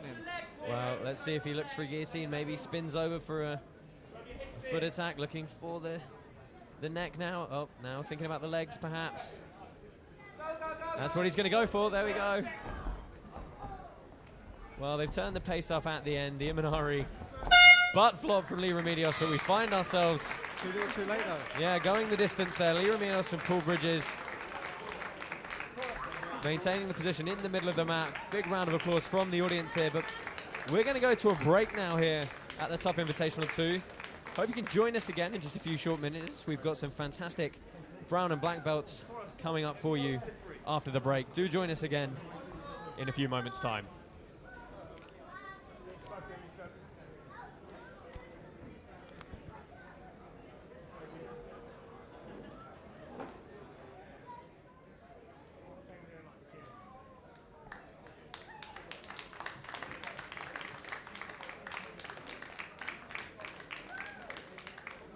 Ladies and gentlemen, we're going to a quick break. There's food over in this corner and acai in this corner. Drinks in the middle. Whatever you want.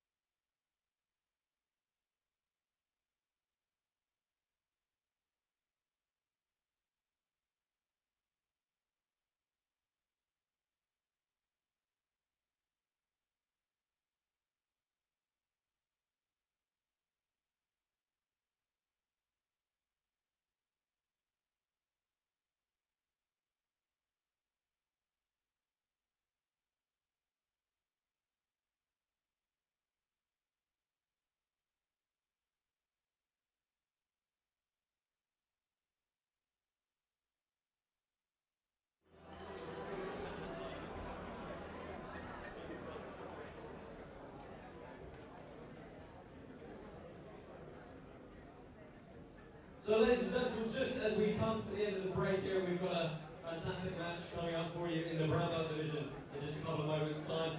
Just have a quick word here with co-organizer Janis about what's coming up at Tuff Invitational 3. There's some very exciting matches and pretty big announcement. What's going on at Tuff 3, John? So at Tuff 3 on the 28th of November, we will be having an 8-man tournament, and the winner will get the grand prize of £2,000. How about that? Nice prize for any grappling competition, it has to be said. So it's an 8-man tournament, £2,000 they're fighting for. Who's involved? So the fighters that we're looking at that are confirmed are brown belt Sebastian Brush. Unfortunately, the winner of Bradley Hill Viking 1 was going to be on it, but we'll come to that a bit later. We've got black belts, we've got Duarte, we've got Ross Nichols, and we've also got Max Campos all fighting on it. So that's a 5 of the 8 confirmed already. This will be hosted over 3 matches on the night, 10 minutes each, submission only. What a fantastic format that is. And ladies and gentlemen, if you know any of those names, you will know that they are some of the very best in the brown and black divisions that Europe has to offer. What was the idea behind putting on an 8-man tournament with a big cash prize, John? The idea was to bring some of the best black belts and some of the best brown belts in the UK. These are world champions we're talking about, and very high level, very high level competitors. Also as well, Fupo will be joining that announcement as well. So if you don't know who he is, look him up on YouTube later because he's a name. So a very big announcement coming your way for Tuff Invitational 3. Remind us once again what that date was. 28th November here in Circus Tavern. Well, everyone can't wait. Hope you can all join us then. Just a few more moments, so we're going to crack on with the round of applause for that fantastic announcement for John and Leigh and what to expect at Tuff Invitational 3. I'd like to say thank you to everyone here supporting us today and for helping us grow UK Jiu-Jitsu. That's what we're here for, and everyone here is a part of it. Thank you. Thank you all. We'll be back in just a couple of moments' time.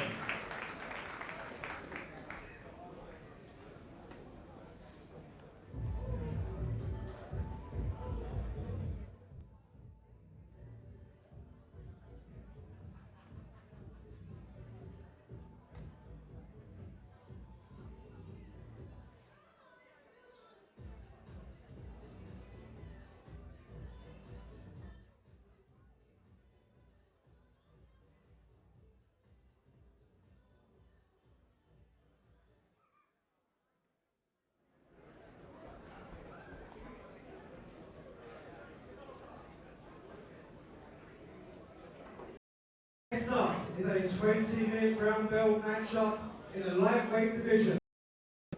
First, coming into the red corner, representing GB Derby, is Sean McDonagh.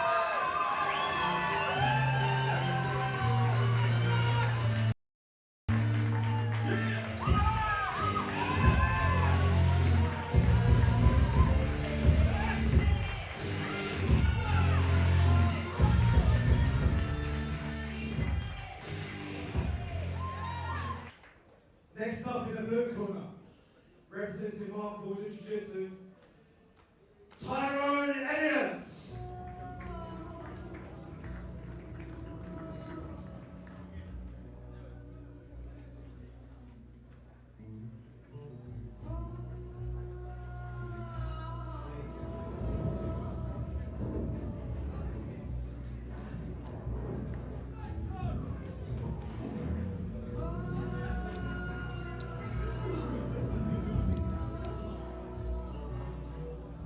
So we're back from our SIE. Mine's Harvey, and I was a bit busy running around. Always worthwhile on the break. We're just waiting for the arrival of Tyrone Elliot, representing Mark Wilder Jiu-Jitsu. A long walkout. And he's, of course, going to be taking on the already present Sean McDonagh from Gracie-Behring Derby.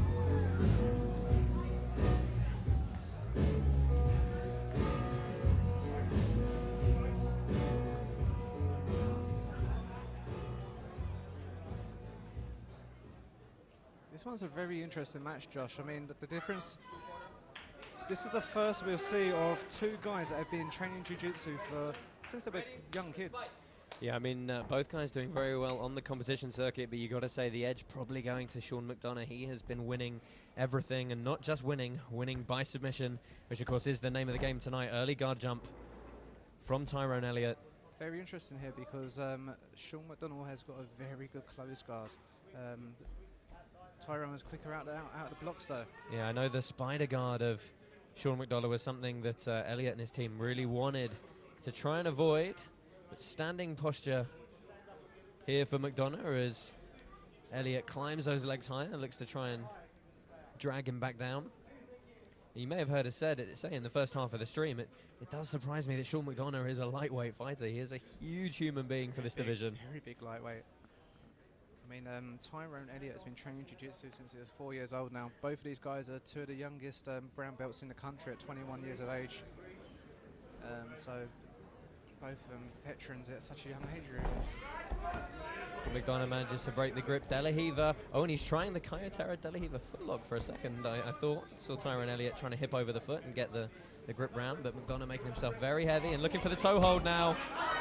Both guys voting toe holds, but you've got to say the better position probably for McDonagh. It looked as though he had it tucked to the butt, but now Sean's in trouble. Tyrone Elliot. And McDonagh's rolling out of it, looking to sit that weight on it, and a fantastic scramble at the outset of this one. Oh, sitting on the knee bar now. And Tyrone threw the toe hold as well. Oh, strong knee bar position for Sean McDonagh. Now switching back to the toe hold. Classic combination, coming back up. Tyrone does not give a... his face is straight, not really concerned about the knee or the toes. He did not want to give that grip up, but McDonagh looking to pass here, working that over-under pass. He's got options either side. There we go, looking to sit the hips down. As you said earlier, Sean's got the two in the competition circuit. I watched him back in February at the Abu Dhabi, and he tapped out a black belt with a very, very, very nice armbar from guard. I've got to say as well, British Open in May, he went through submitting all of his opponents in that competition, so very adept at getting the job done decisively is Sean McDonagh, and he's in control of this one. Side control weighing heavy on Tyrone Elliot. And working, you can see immediately Elliot had the pant grip and managed to replace the half guard. And Tyrone's sponsored by our sponsors as well, Predator. So a little shout out to them.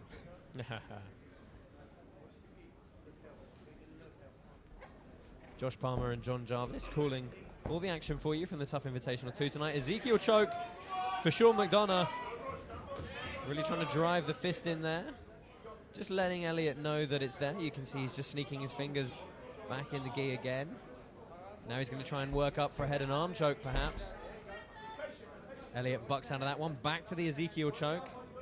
And you can see he's clearly got an arsenal of attacks where he doesn't have to give up his base. He can keep his hips very low. He can keep a lot of pressure on Elliot as he looks to isolate the arm for the head and arm choke now. See him sneaking that ear onto the tricep. Oh, and this is a variation whereby he doesn't need to give up the mount. He's going to look to tuck that left elbow, sink it low to the body, and walk. Very now much like Bradley Hill against Jet McGee at Super 15. Yeah, switching to a more traditional variation now. Not choosing to give up the mount position, just putting a... And in a gi, this is just a little bit harder. There's more material. You don't quite slide in on that carotid artery as readily as you might in the no-gi game. Sean really likes this head and arm triangle. I've seen him do it quite a few times on other shows and in competitions. It's a very strong position for him. He likes to flatten him out by grapevine in the legs. Yeah, well, he's got the height to do it. He's got the limb length to really make it unpleasant. And what's interesting to me is he didn't choose to give up the position to do it. And if he can pull it off without doing that, it makes it such a fantastic weapon because he's never got to worry about the position and he can focus entirely on getting that tap. Sean's coach Chris Regan calling instructions from his corner. He'll be in action in our main event tonight in a heavyweight black belt match against Greg Creel.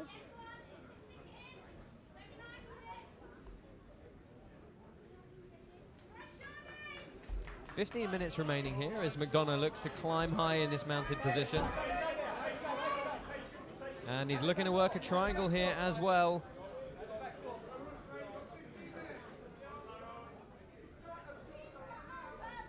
I mean, Sean McDonald's coming out of a very strong gym at GB Derby. They've got some very good athletes in their arsenal.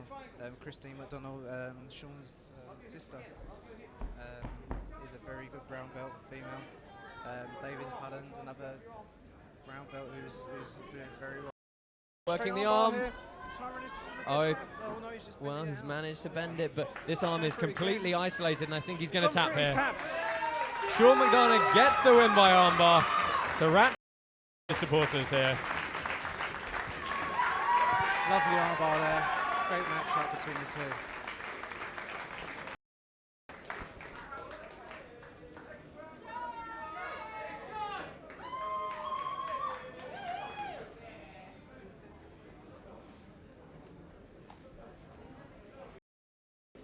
Ladies and gentlemen, a big round of applause for your winner by armbar, Sean McDonagh.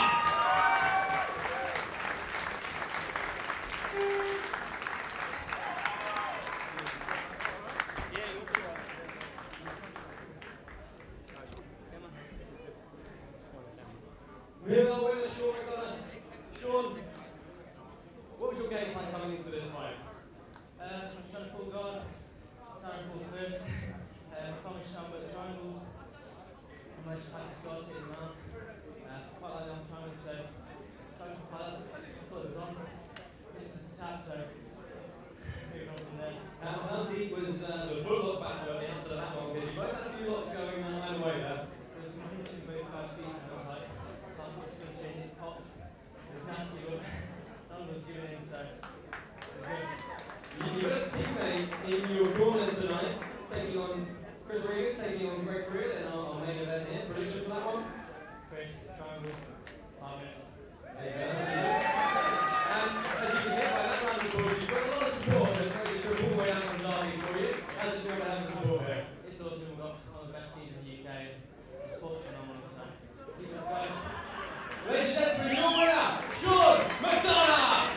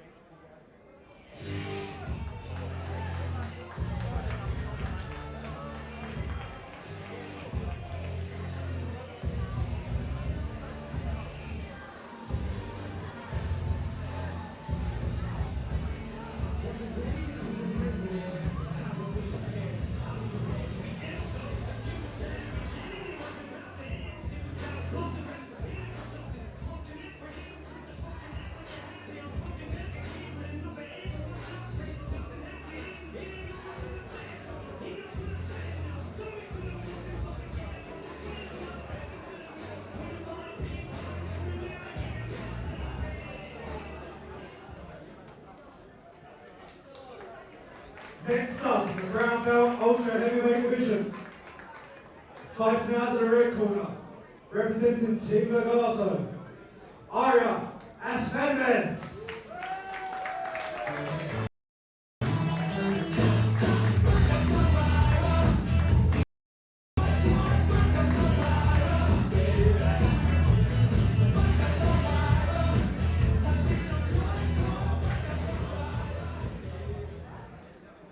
Next up in the blue corner, representing Pedro Bessa BJJ, Jamie Hughes.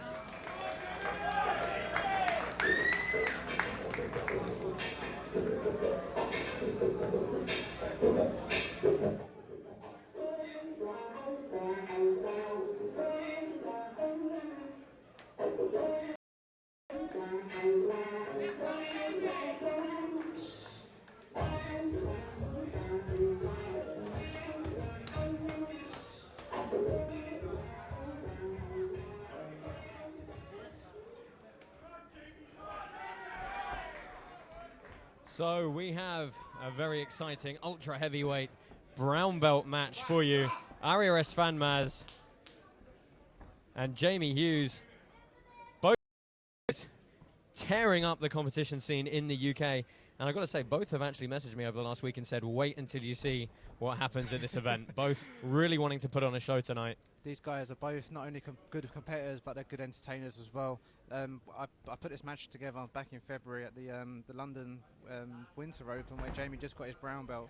And both of these guys won gold in the divisions, submitting every single guy. Jamie was a purple belt at the time, but since then, and done fantastically in a brown belt division. Yeah, very dangerous guard game, very aggressive. But Arya is well known for some very explosive movements.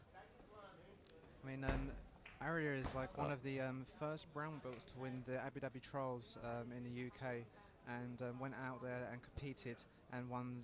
Got a silver medal in the end, losing just by I think a penalty or an advantage to the eventual winner.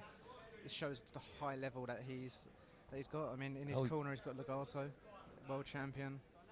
Absolutely, Greg Curiel from Pedro Bessa, 9-9 Jiu-Jitsu in the corner of Jamie Hughes. Both guys looking calm here and playing a lot of the grips.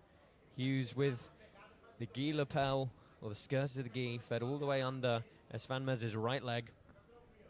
Esfandmaz looking to work the collar and arm grip. And he's looking to pull round into an omoplata here. Strength and power from Esfandmaz to assert his will on this position. But Jamie Hughes defending well so far. What Jamie Hughes has got to be careful of is in Abu Dhabi, Arya went for an omoplata and got a knee bar from it. So submitted his guy in the semi-final from it. Oh yeah, it's a good combination, well-established combination. But it's that kind of versatility and athleticism that can really pay. From the big guys, really. Well, both these guys are known for having the cardio, having the strength and conditioning, but also the technical prowess to really put it to use. You see Esfandmaz working that sleeve grip now. Just trying to haul and row Jamie Hughes' arm through into the position, looking to get the... Can't quite see from our position how the defense is going here. Jamie's just kicking out of it, coming back into a... I think I can't really see the referees in our but it's I think it's 50-50, I think. No? Yeah, there's a couple of footlock options for the guys here. Can't quite see who's got the better of the position. And again, Esfandmaz not giving up the 2-on-1 on that sleeve. Oh, and Hughes looking to stand him. De La Hiva for Esfandmaz. Let's see what he looks to do here. Jamie Hughes not opting to turn that knee outwards, instead opting to sit down. Try and keep his base a little bit more steady.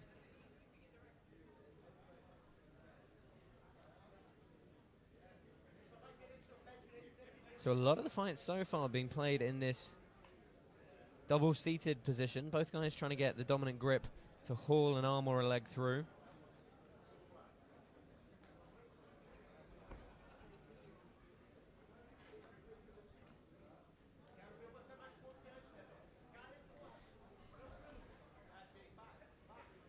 Both these guys happy just to be in this sitting guard position. Not quite 50-50, but it's open for attacks. And Jamie comes up on top now, looking to pass. Yeah, again, looking for the knee. Maybe a next step off this, and it's something he likes a lot. An omoplata from Arya. Looks as though he's got the shoulder locked up. Let's see if he can line himself up here and flatten Hughes out. Hughes is gripping the inside of his own knee for support. He's going to try and stack Esfandmaz over, perhaps. Maintaining good posture is Jamie Hughes at the moment, not letting himself get broken down to the turtle or to his knees. As long as he's sitting on his butt and he's got his head up, he's probably safer than not, but Jamie still a good grip of the trousers. Just alleviating the pressure by stacking him a little bit. Yeah, still a precarious position for him, though. You can see he's grabbing the back of the pants now, looking for the footlock on the top of the head, perhaps. It's a cheeky little move you don't see very often. Oh, yeah, quickly kicked it off. I think it must have been tight quick, that one.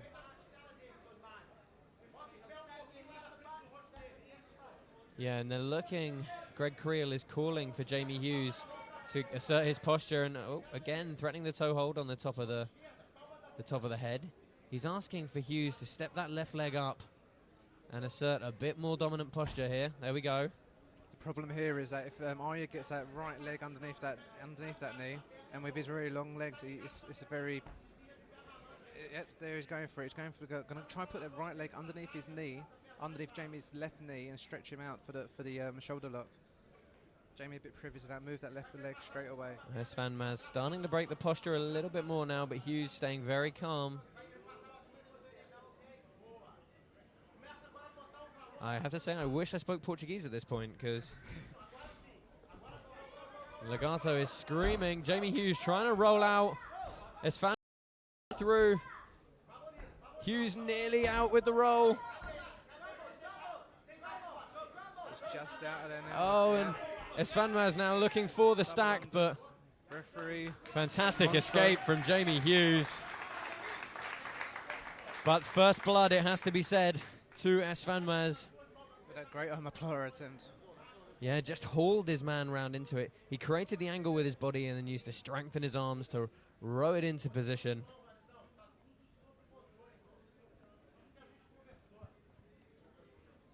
And be interesting to see.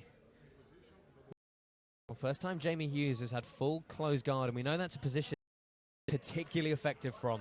You've got to watch out now for Jamie's triangles, which is very effective with. But it's starting from double unders actually. Yeah, sorry, I missed that break, but he was on hand. So stacking double unders pass for Esfandmaz, looking to really compress Jamie Hughes onto the back of his neck.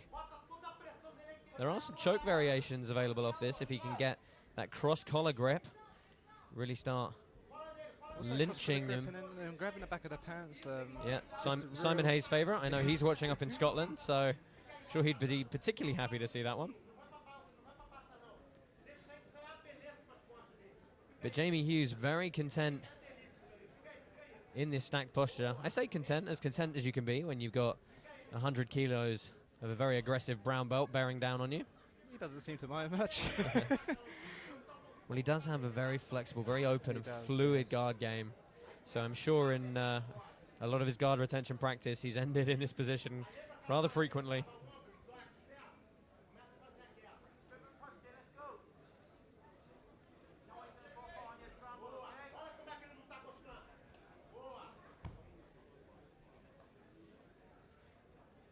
And Esfandmaz trying to pick a side here. But definitely happy to keep the time ticking down in this position. About 12 minutes remaining here in this one. And you can see him trying to find the hip placement to slowly work his way to one side or the other. He's got double collar grips as well, but it's very interesting to see what he's going to be able to do from here. And you can see Jamie Hughes digging his toes into the mat to try and take some of the pressure off. Also trying to spring over really, trying to alleviate the pressure on top of him.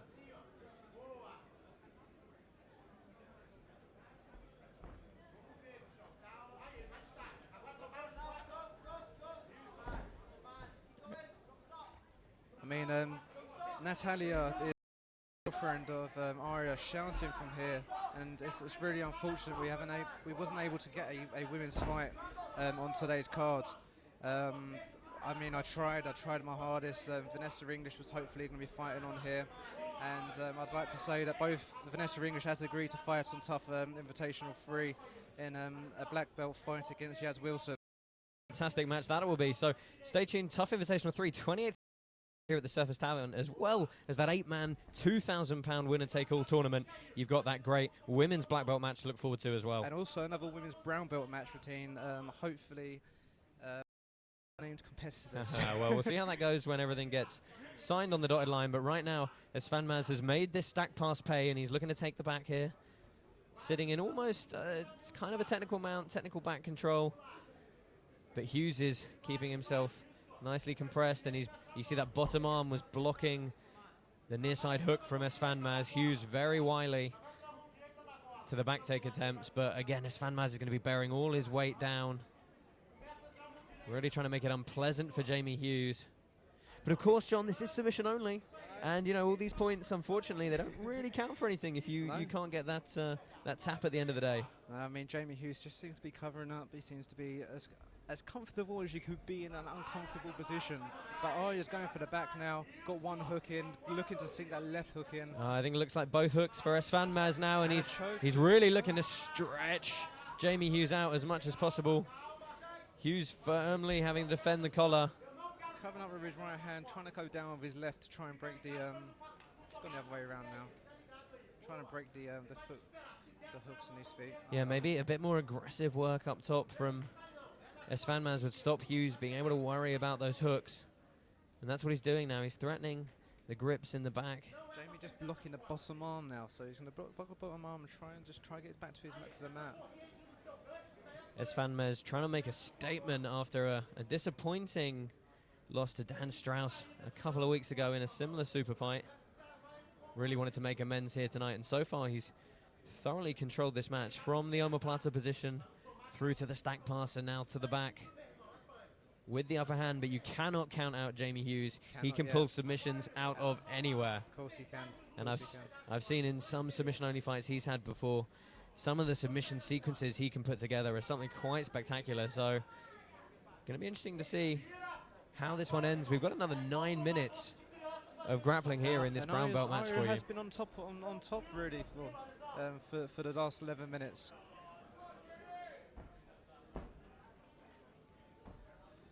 Are you looking to stretch him out? I'm surprised he's not going for the body triangle like we've seen previously from Stephen Playfair tonight. Just to try and like suck some breath out of Jamie. Going for the traditional hooks that you'll see in a usual jiu-jitsu points tournament, which obviously gets you 4 points, but of course those points mean nothing. Yeah, I can't quite see the grips he's working for. Looking to trap the arm briefly there. Yeah, unfortunately from our commentary position, I can't quite see the offensive grips, but interesting he keeps getting forefingers in the back of Jamie Hughes' collar. I wonder what his game plan is for that, but we might see at some point.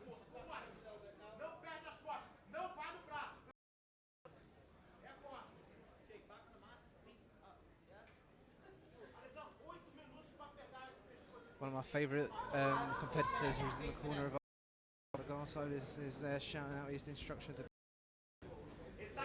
Hopefully one day we'll see him on Tuff Invitational.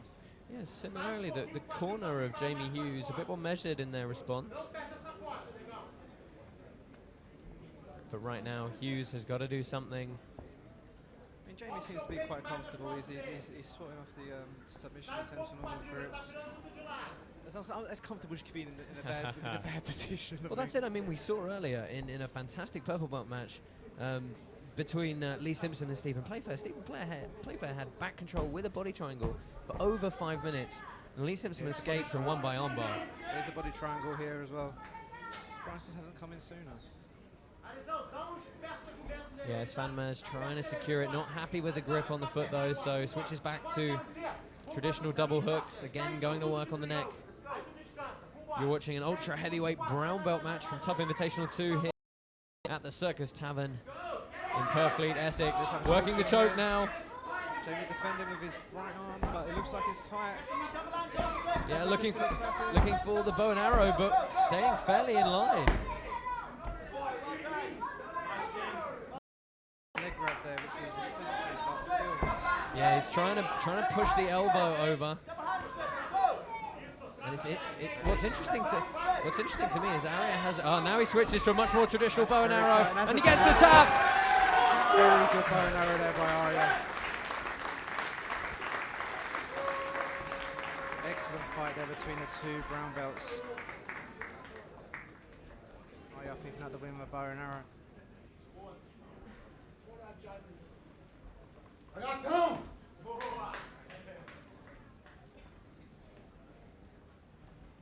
Ladies and gentlemen, your winner of this fantastic pro belt match by bow and arrow choke, Arya Esfandmaz!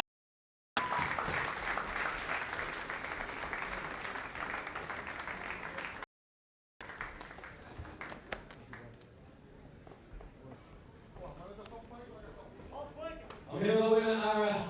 Arya, coming into this one, I know you both really wanted to put on a show and make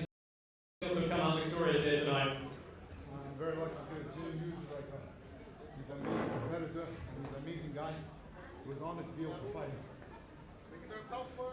What was your game plan coming into this one? Because you looked early to work the omoplata and then you really put the pressure on with the stank pass to the back take. That's what my master Duarte does to me every day. He squashes me. I feel like crying. Thank you so much, everyone, especially my master Duarte.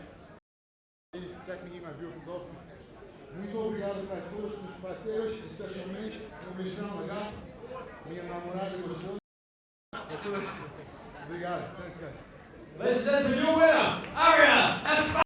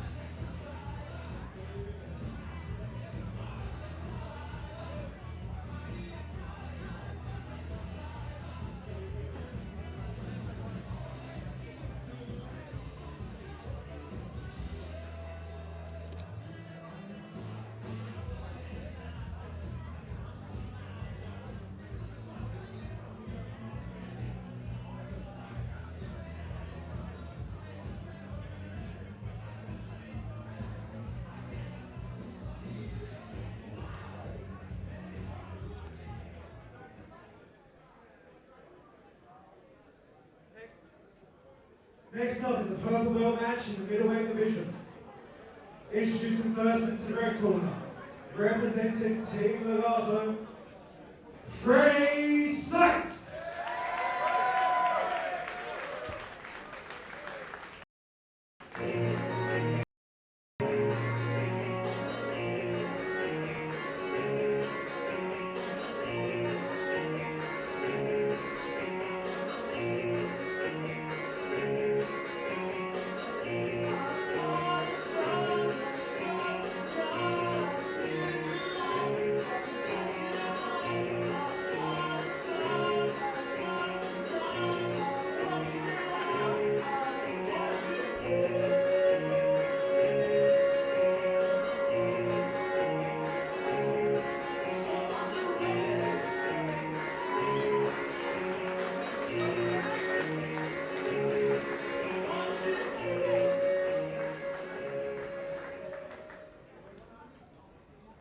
Next up, representing Resolute Training Centre, in the blue corner, Jacob Winstanley Punch.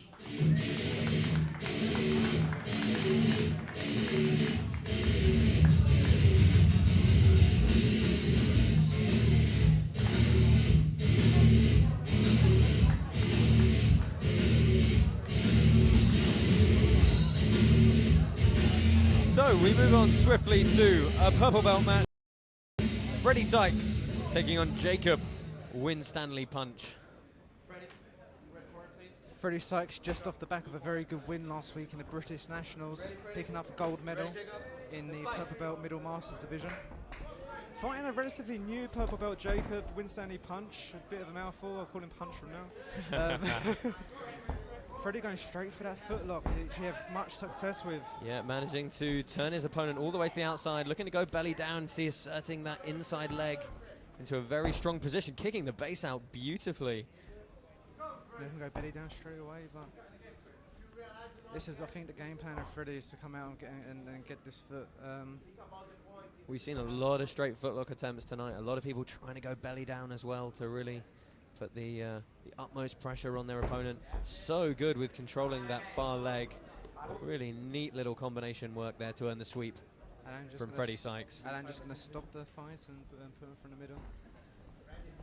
Jacob, yeah, it's a new purple belt, but doing very well.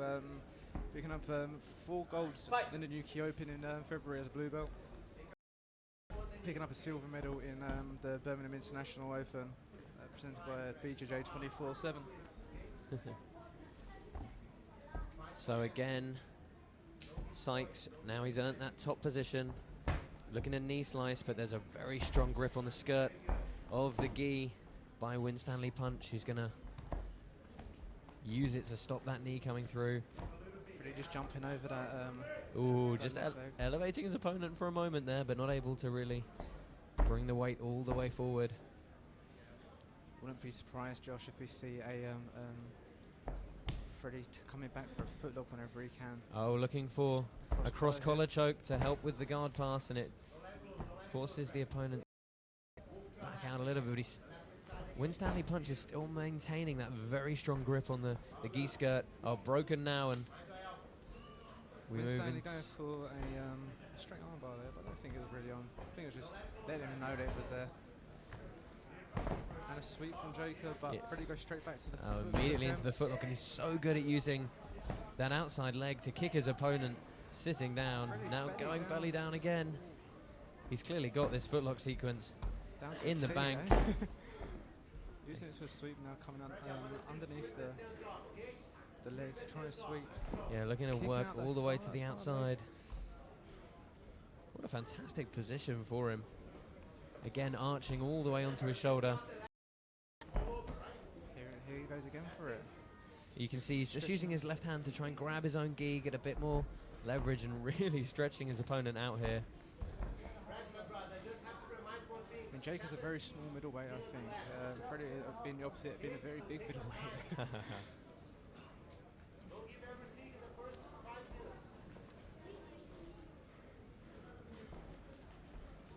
Freddie Sykes actually a personal trainer to quite a lot of the competitors on the show tonight. and some So of the you'd crowds. hope his cardio and his strength and conditioning's in place then. For the benefits of future clients, I think it should be. Looking to feed that outside leg all the way through to the far Really hip. low Such a attempt here. powerful sweep. Jacob can come back for that foot there with your left. He's Yeah, not really- both guys using that footlock fantastically defensively. Sits up, sweeps him back.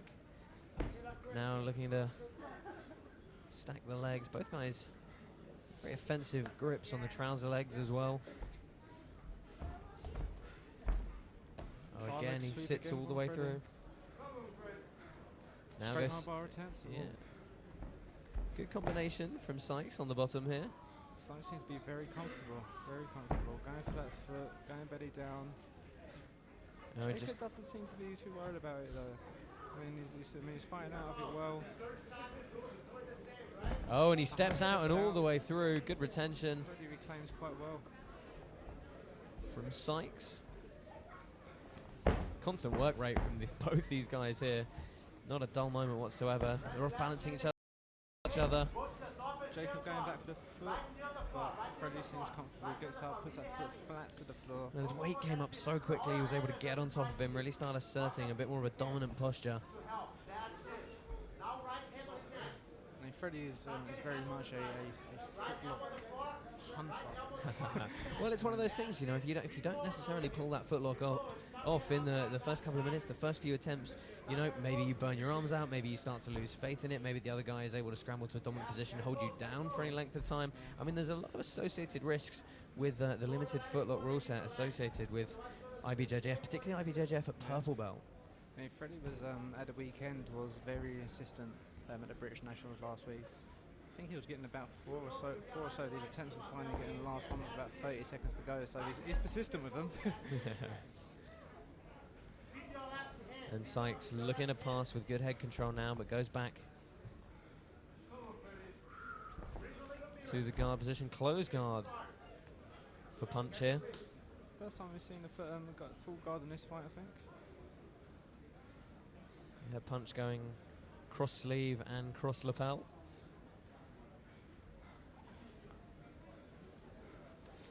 Oh, and shoots for a triangle. Sykes gets his... straight up. Oh, yeah, just so Excellent aware. posture, excellent posture. Got the back straight and the head up immediately. Now looking to pass with the threat on the neck again.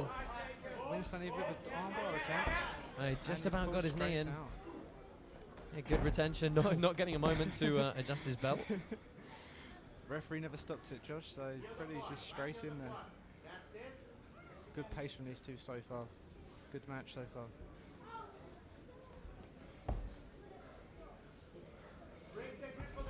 Yeah, Sykes looking to disrespect the legs, drive those to the side and march his way round.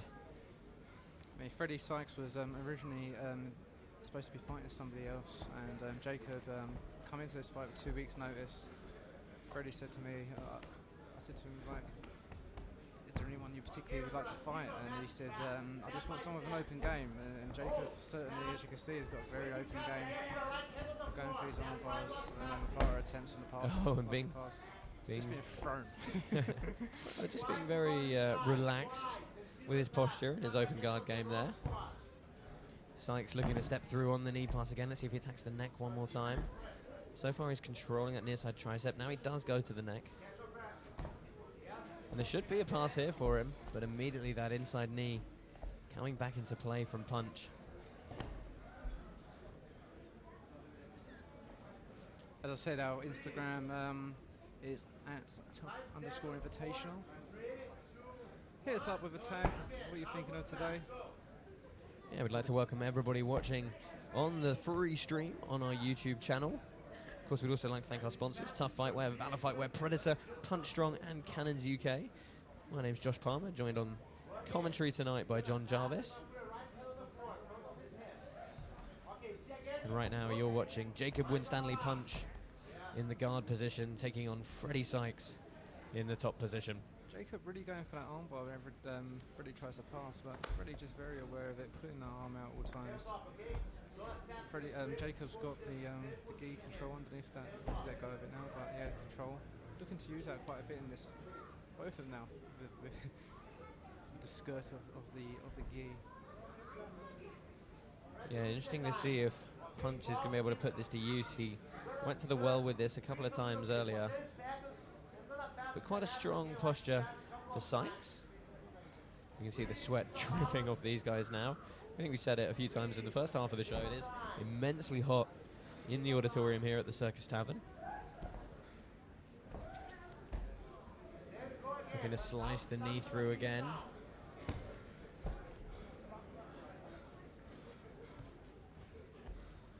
And interestingly, after a barrage of footlock attempts from Freddie Sykes, I just said that he grabbed the foot. I was going to say we find ourselves in a slightly different scenario here.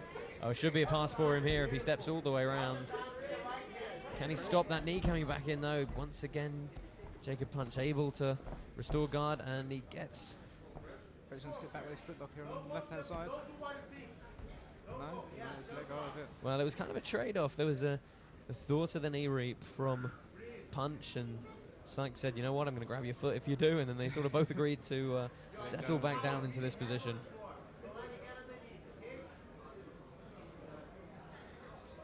About 10 minutes remaining here in this purple belt matchup.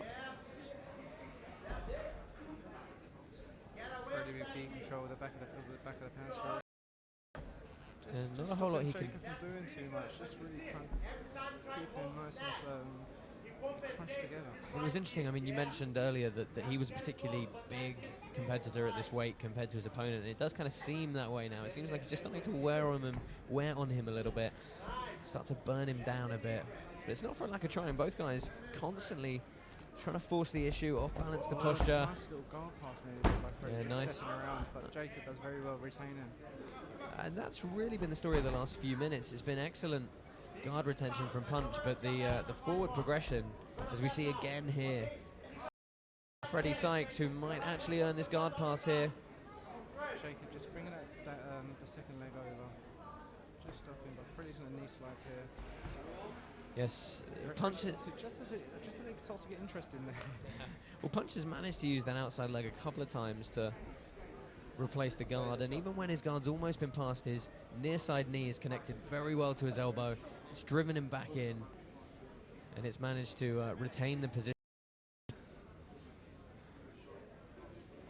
But if you had to say who's perhaps come a bit closer to threatening the end at any point, maybe those early footlock attempts from Freddie Sykes. And also Freddie just seems to be a bit more dominant positionally.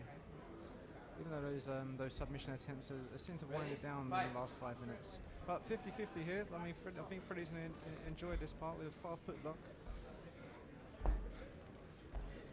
Belly down. This is very tight. Very tight. Could be they're locked up. Could be in trouble. Very interesting leg position here. Sykes trying to maintain Sykes the grip on the foot. Punch not seeming too bothered at all. Oh, and he had to move there. Freddie Sykes needs to get his hips down to the floor here. He's trying to attack the other foot now, and he's going to bail out and come out on top.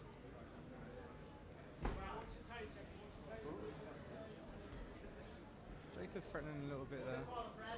Freddie doesn't seem to be too bothered about it, just stretching out with the cutter. Well, I'm interested the guys haven't used the ability to knee reap, to drive that foot all the way across the hip a bit more than they are doing. So there's a couple of times that position would have presented a much stronger point of control, a much more dominant point of control than the traditional referees footlock. Putting them both on. The second referee, Monstro, helping out, just because it's a very good, very interesting position they're in now. I don't think the referee wanted to ruin it. No, good work from our referees here, Alan Pozo and Thiago Borges, keeping the fighters safe on this fantastic raised platform here at Tuff Invitational 2, and a lovely attempt at a sweep from Freddie Sykes, who's hunting this footlock one more time. Freddie didn't seem to want to come up on top there. He's very happy on his back, just trying to get this submission. Let's go again. Readjusting, but I think the knee's going to have found its way out here, and now he does look to read the knee. Going back to the sweep the opposite direction, it's really been a fantastic tool for him so far in this match. I think though, if the submission is going to come, it's got to be a bit something different. I think Freddie's going for these footlocks very well, but Jacob seems privy to defending well. He's never really got that deep on one yet, has he? No, that's the thing. Freddie not happy with the position. He's saying you didn't have my foot there. How dare you? Looking to feed underneath that leg now is Punch, but riding very heavy in that top position is Sykes.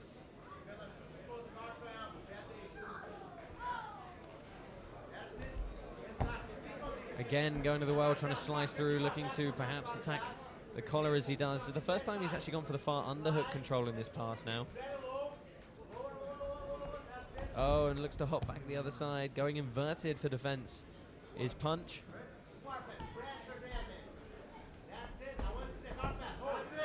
Oh, and he earns attempt here from Freddie Sykes. Yeah, earns a good, strong position. First time he's had a real dominant position in this match. Let's see if he can't lose the back here. He needs to keep his chest flat to his back. He cannot lose it, but he's lost. He's just lost it now. Yeah, and perhaps not keeping as tight as he could have. Oh, nice bit of and both guys getting very scrambly here, trying to find a position. Both looking to. Oh, and a belly down footlock for Sykes, but not deep enough on the toes. Jacob wasn't very happy with that. Oh, and I think that was right on his toes. And if I was Freddie Sykes, I'd be taking the block. Oh, and Jacob Oh, and wow, referee just diving in to save the fighters from coming off the edge of the platform here. But all of a sudden there was a grimace on the face from Jacob Winstanley Punch, who immediately went after Jacob was a ball that saw Freddie Sykes. And that red was the pain from his foot. Yeah, no, I mean, he immediately went... and the refs just having a discussion over what position the fight ended in, just to confirm who had what. As they're talking Portuguese, they're probably talking about what they're having to dinner tonight. No, both these guys very professional, getting the job done well here, keeping our fighters safe. And Freddie Sykes, having been in the dominant position for most of this, is under the cosh here. Strong squeeze, and he gets the tap. Well, I am going to go have a word with Jacob Winstanley Punch and find out what that was all about. Yeah, that was good fight there between the two.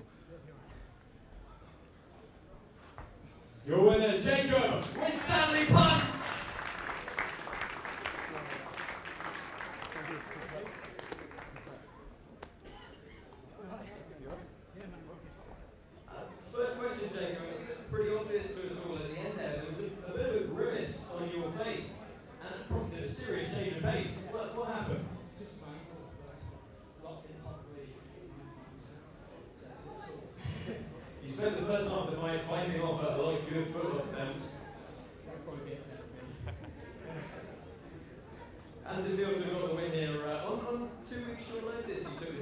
It's good.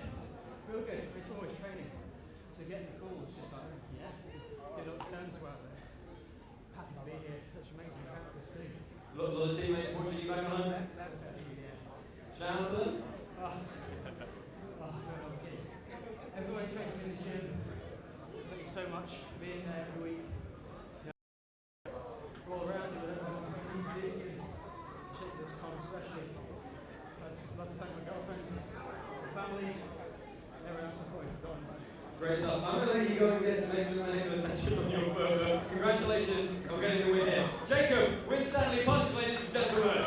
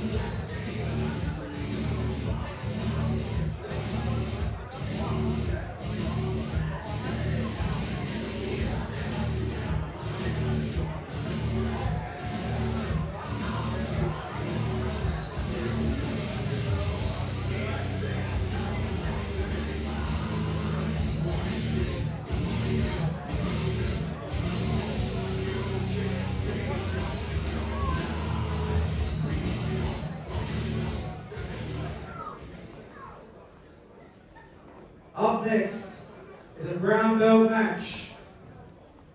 First up, in the red corner, representing Combat Sports Academy and GFT, Mick Hall.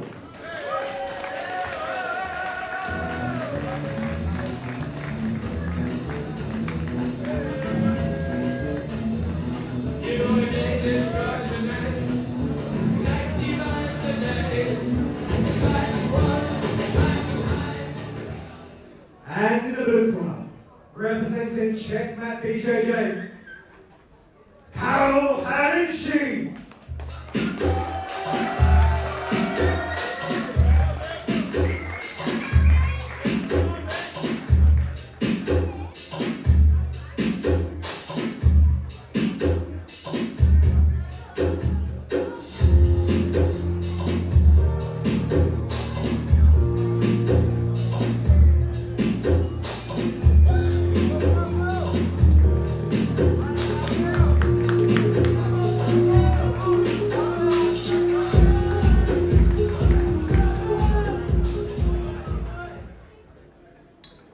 Pawel, blue corner, please. Mick, red corner. Ready, Mick? Ready, Pawel? Let's fight.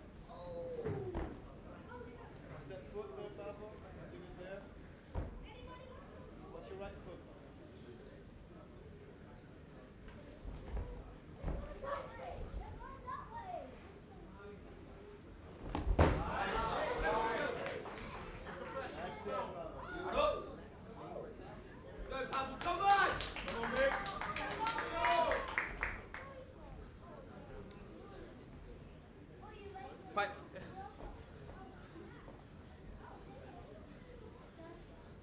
What's your foot, Papa? Don't leave your foot there. Your right foot.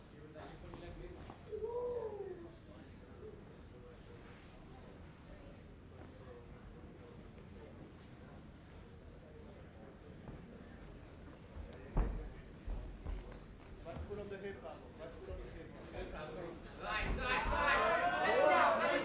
Come down. Grab your lapel, Papa. There you go. Go for it. Go for it.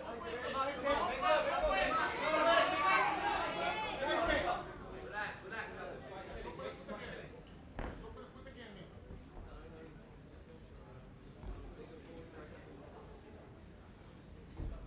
Papa, remember the 50-50? Your left Go foot for the foot behind again. his thigh. Pavel, go back over the other side. Go back over this side. Good. Put your left foot inside his shoulder. Inside his bicep. Left foot in. Good. Stretch it out. Well done. Go home, Papa. No way. Go to the ball. Nice. Let's go, Pavel. Don't forget your wrist. Left grip.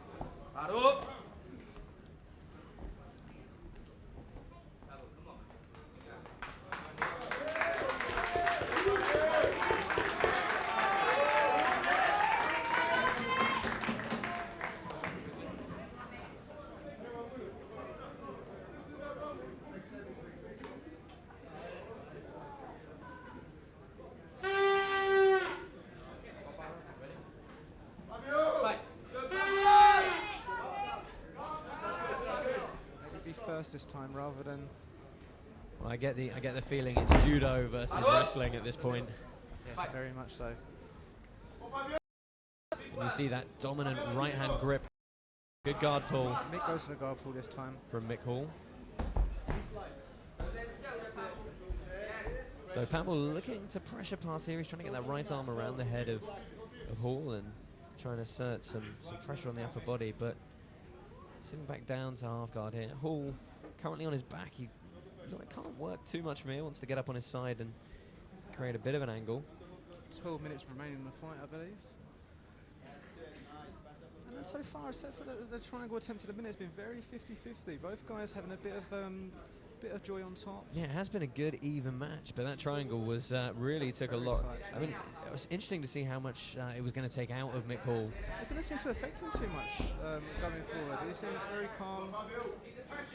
It's got. I mean, it's one of a lot of competitors. It's almost your worst fear is, you know, the tension builds up, the anticipation builds up. You go out there and immediately you're in a bad position off the bat. And to his credit, someone, eh? absolutely, and to his credit, Mick Hall, you know, coming through that adversity with flying colours, but in half guard here, as Haranczyk looks to stay very heavy, use that right instep to pry his leg free. Again, this was another fight on 2 weeks' notice. Stuart Cooper was supposed to be fighting Mick Hall in a no-gi match, but with 2 weeks' notice, Mick changed up to a gi and Pawel steps into fight.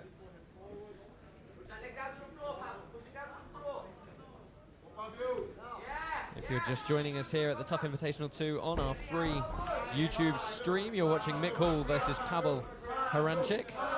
3 further fights coming your way this evening. We've already had a fantastic evening here at the Circus Tavern in Essex, as the crowd for Pawel Haranczyk getting behind him with a chant here. A little chant there, right? Let's see if the combat sports guys are going to respond. Well, this is the first time it's looked as though a lot of heavy pressure from Pawel is starting to pay dividends. It's the first time it's looked as though he's starting to get a little bit of an upper hand here. Mick going into deep half guard here, but Pawel with a lot of pressure. Yeah, good head control. Pawel trying to from the fight zone. use his right foot to push down on Mick's knee to come into a pass. But Mick works really well and reclaims. So Delahiva now for Mick Hall. And Pawel immediately looking to drive that knee through. And a grip on the belt for Mick Hall. That belt looks very, very fragile. Worn, very thin. Yeah, a lot of hours. A pull of this belt might see it disintegrate. Yeah, a lot of hours on the mat, clearly going in for both guys. But a very even matchup here as Mick Hall looks to try and come up on a single leg, I would imagine, use some of that wrestling. But Haranczyk is putting a lot of pressure on the cross choke here. He's got a really strong bite of the gi. Deep half again for Hall, who sits up. A lovely sweep, and the CSA guys are shouting. So let's get some crowd support there for Mick, which the checkmate guys are clearly giving Pawel. So let's see what Mick Hall can do from this top position. Looking to work the underhooks pass here. Haranczyk still threatening with that grip over the top on the gi. Can be a really hard piece of posture control to break, but slipping off there. Mick Hall looking to stack pass now. He's going to pick a side and really start trying to drive his way through. Try to take that gear over from over his head.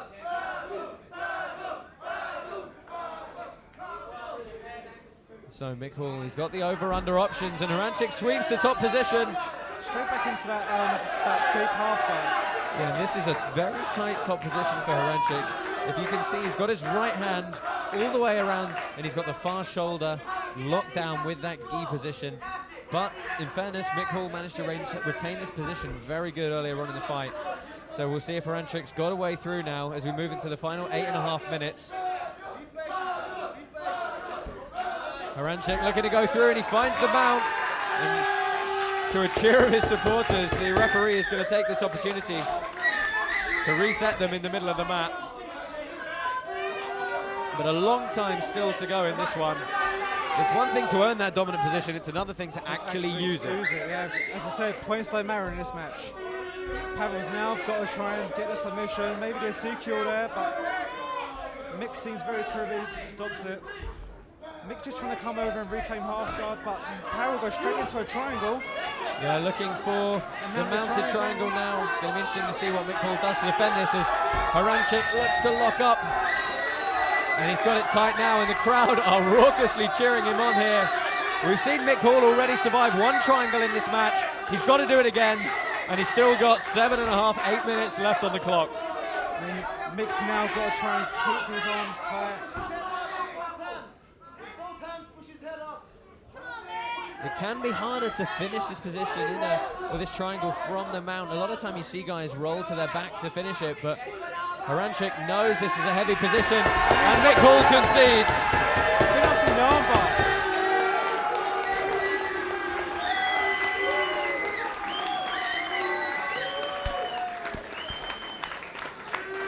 Ladies and gentlemen, your winner by mountain triangle, Pawel, Haranczyk!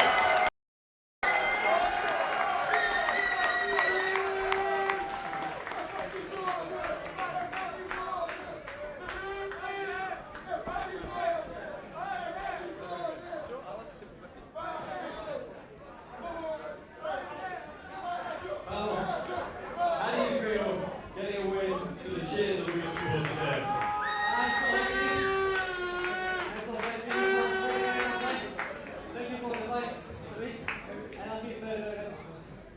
Were you surprised you got out of the first triangle? Right at the start of the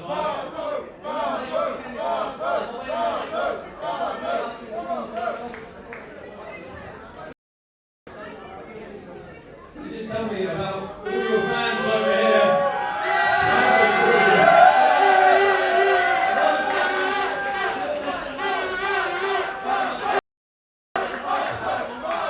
Ladies and gentlemen, your winner, Pawel, Haranczyk!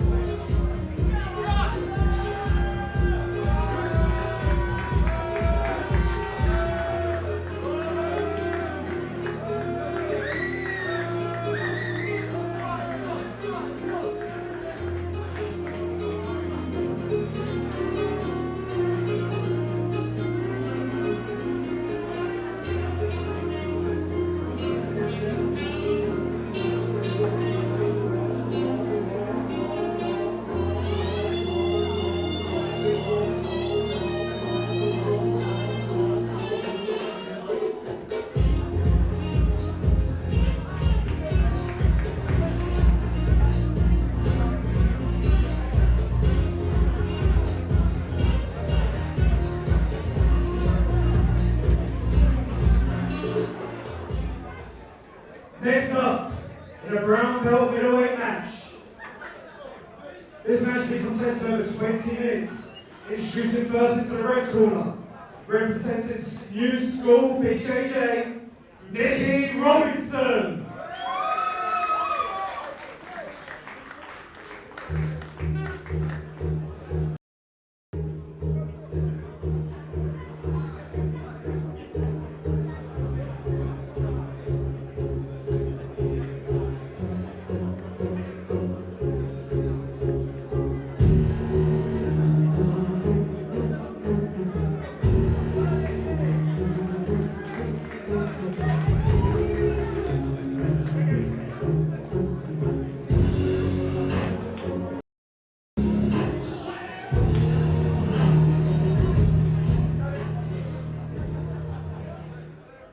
Up next to the blue corner, representing Gracie Academy, Tyrone, Gracie-Behring.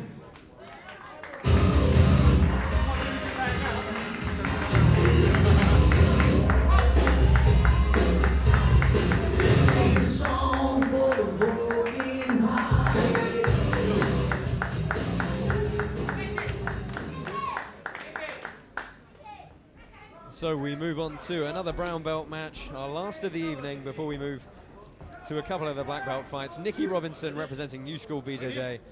He is taking on Kwang Gracie-Behring representing the Hodja Gracie Academy.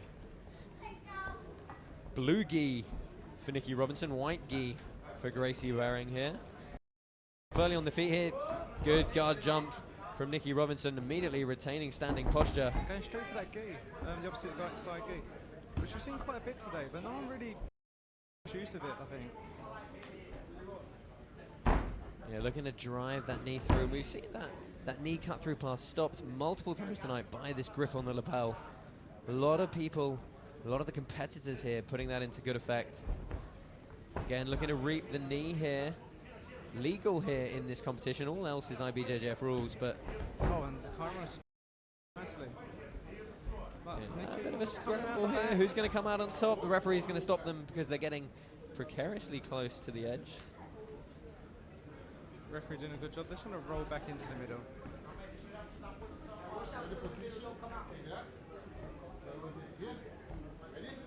Anthony Chattal in the corner of Nicky Robinson, shouting the instructions for the new school.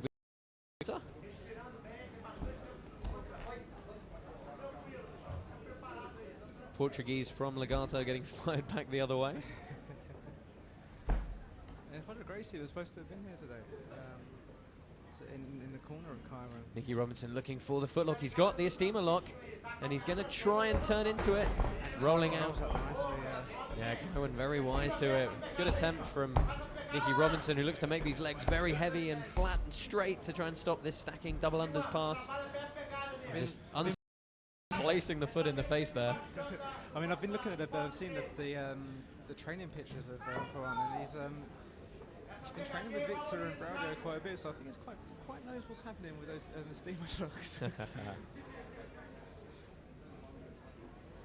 Yeah, Nicky Robinson trying to keep those legs heavy as possible. Now looking to bring the circle the leg back inside, create some sort of range again. Nicky's got very flexible guard, very flexible guard. It's going to be very hard to find stacks him. Back on the mat, a little bit of heart. Yeah, almost managed to turn him all the way over there. Happy with something? Sure. Do you think he's just saying his fingers got trapped inside? Oh, well, he's saying that his key's coming all the way off. So we're just going to take a moment to reset here, but an energetic start to this one here. Still to come tonight, Marco Kayne, Richard Flood will clash. Will crash. Collide even. Jesus. I don't know what I'm more excited for, Josh. Marco Kayne versus Richard Flood, the fight, or the crowd in Marco Kayne's corner. Yeah, they're really getting fired up for this one. And then obviously our last match of the evening, Chris Regan is going to take on Greg Creel in a black belt heavyweight match. So great action still to come here at the Tuff Invitational 2. My name's Josh Palmer. Joining me in commentary tonight, John Jarvis. And this is the Tuff Invitational 2, brought to you from the Circus Tavern, here just by the Thames in Essex. So, still trying to work this double under control is Gracie-Behring. Heavy legs from Nicky Robinson. He's tried a couple of times to circle them back inside. We've already seen the intention from Kwan to really stack Nicky up, roll him all the way over, maybe try and get a back take off it. It is possible to actually do, start making a motion for the stack pass and then turn it into a wrestling sit-out. That's often quite a good option to fight these double unders. And also, Kwan can actually start to attack the back from this double under as well. It's very fancy moves. Well, Robinson's managed to circle the legs back inside. A bit more of a semblance of some sort of spider guard here. Well, threatens the omoplata briefly, but Kwan sits down. Now looking to all the way under the leg. Berimbolo coming from Nicky Robinson here. He looks to come up to the back in on the footlock as the counter. And there is a tight grip on the foot of Nicky Robinson. Carlos Grimson, he's putting some pressure on there. Nicky is fighting for it. Oh, turning it into a knee bar here.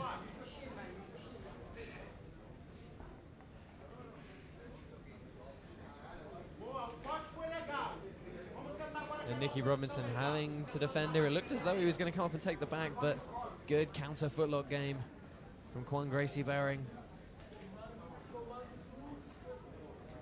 Might just be losing the grip though, trying to use the pants to haul his opponent back through. Knee bar attempts as well here. Knee was just the wrong side of his his pelvis area there. Well, Nicky Robinson motioned for a counter straight footlock. Kwan sat back up to attack one of his own in a very cagey exchange here.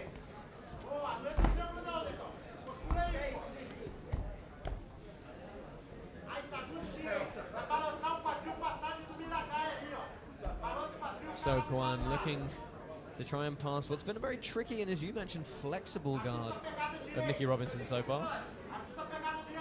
Nicky's guard doesn't get past much. I haven't seen it too many times. About 15 minutes still to go in this one, so quite a pace on the first 5 here. I'm not having too much success with his stack pass. We've tried it quite a few times now. Nicky seems to be very comfortable being bent in half. Yeah, he's done a good job of circling those legs back inside. Call it what you want. Some people might call it Persian guard, but plenty of other names for it. Hasn't been able to get too much going off this guard though. He's really been under the cush a little bit with the top pressure. Yeah, well, it's a very strong grip through on the back of the pants from Kwan, and Nicky Robinson again looking to put that reverse De La Hiva in play. Now replaces the leg again. And it's quite fitting that Nicky schools new school BJJ, because there's a lot of new school techniques being involved today. Not much old school, not much full guard and pass, very 50-50, very open guards so far in the fight. So we've had both guys at the moment have got each other's lapels. Yes, we've had quite a few of these tactical footlock exchanges so far, both guys having their moments. Probably the closest looked as though Gracie-Behring was going to get in on that belly down footlock, but right now looking to come up to a leg drag is Nicky Robinson. Now he switches inverted. And what a tangle of legs this is again. Kwan going hunting on one of those feet.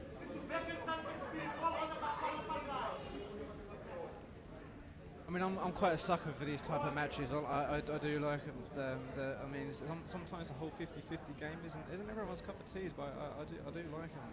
Very interesting. Well, with the brim blow attempts and the back passes, which Nicky just trying to roll in for a back take here. Yeah, still hunting the back, but the legs firmly secured where they are. Nicky could come up and by Kwan Gracie-Behring. Nicky hunting that back. Well, both guys are using the same grips here to try and haul the opponent around. And Nicky Robinson looking to secure this foot a bit deeper. The first time he's had a good grip on a leg in this one.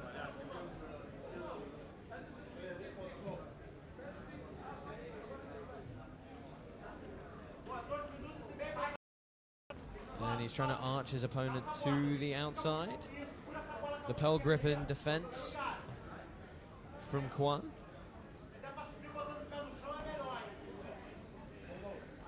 And you can see both feet on the hip now, using that to try and stretch his opponent out. I'm grimacing now. I'm not too sure if it's because of that. Oh, he went for a sting himself. Oh, he just went straight out. X guard now for Nicky Robinson. Immediately replaced the guard very well. Kwan wasting no time in trying the guard pass. Just trying to keep the aggression up, keep the intensity up. He's come back for the sting lock, is that? The backs to me. Well, I can't quite see the footlock position. And I think Kwan may have thought his opponent tapped, but apparently not. No, everybody's looking and saying no tap whatsoever. So let's see where we find ourselves now. It did look like a tight footlock attempt. It did look tight. I don't know why he would give it up unless he thought it was a tap like this. Well, maybe. Yeah, that's exactly what I was thinking. Grip on the pant leg, maybe.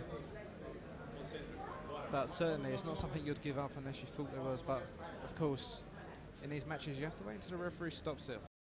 Yeah, I mean, look, all these guys have been competing at a high level for a very long time. Exactly. They know the risks, they understand, you know, you just got to make sure things are tight and things are on. It doesn't mean being unsportsmanlike, it doesn't mean being overly violent, it's simply just making sure the submission is tight, making sure the acknowledgement is there. And, you know, it goes without saying that all these guys have such a tremendous amount of control that neither one would ever intentionally injure one of their opponents. I mean, these two guys last Saturday were talking at the British Nationals. As I said earlier, there's no animosity between any of these guys. We're all jiu-jitsu practitioners in the room here, and we're here because we love to do jiu-jitsu, and these guys just want to put on a good show and hopefully come away uninjured. So, for the first time, we're going to see what the guard of Kwan Gracie-Behring is like here. It's really Robinson, Robinson coming up on top, looking to try and free his leg. Good lasso with the left shin from Gracie.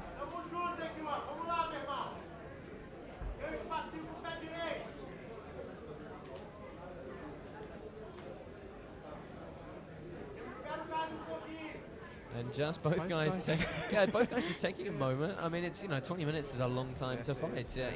Even in the black belt division in IBJJF competitions, although you're fighting multiple fights, you're still only limited to 10 minutes. And we're halfway through now with 10 minutes to go. So, what a convenient sense of timing that was. Both guys just seems to be taking a quick breath before moving on. 'Cause it's been a very fast-paced match so far. I mean, both guys have been trying to work attacks constantly, and there's been very little downtime for them. But neither one really able to assert too much of an upper hand as of yet. A lot of footlocks coming to play, a lot of inverted guard retention, a lot of crazy scrambles with the leg entangles. I think he's going to come around to what he's going to do, leg drag past him. Yeah, now he's looking for the Esteemer lock again. He's really trying to sit in on that. Can't quite get the rotation on his body. Feeding through for it again, though. The crowd appreciated that attempt, though. I mean, from our angle, we can't really see how tight it is. We just see that Nicky's really going for it. Well, yeah, he's trying to rotate his body to the left as much as possible, and just not able to quite sit down with the angle he would have liked. Such a dangerous footlock attempt, though. It's so common for someone to try and replace guard by bringing that outside foot over, and they just sit their toes just in the crook of the hip, and boy, does it come on fast.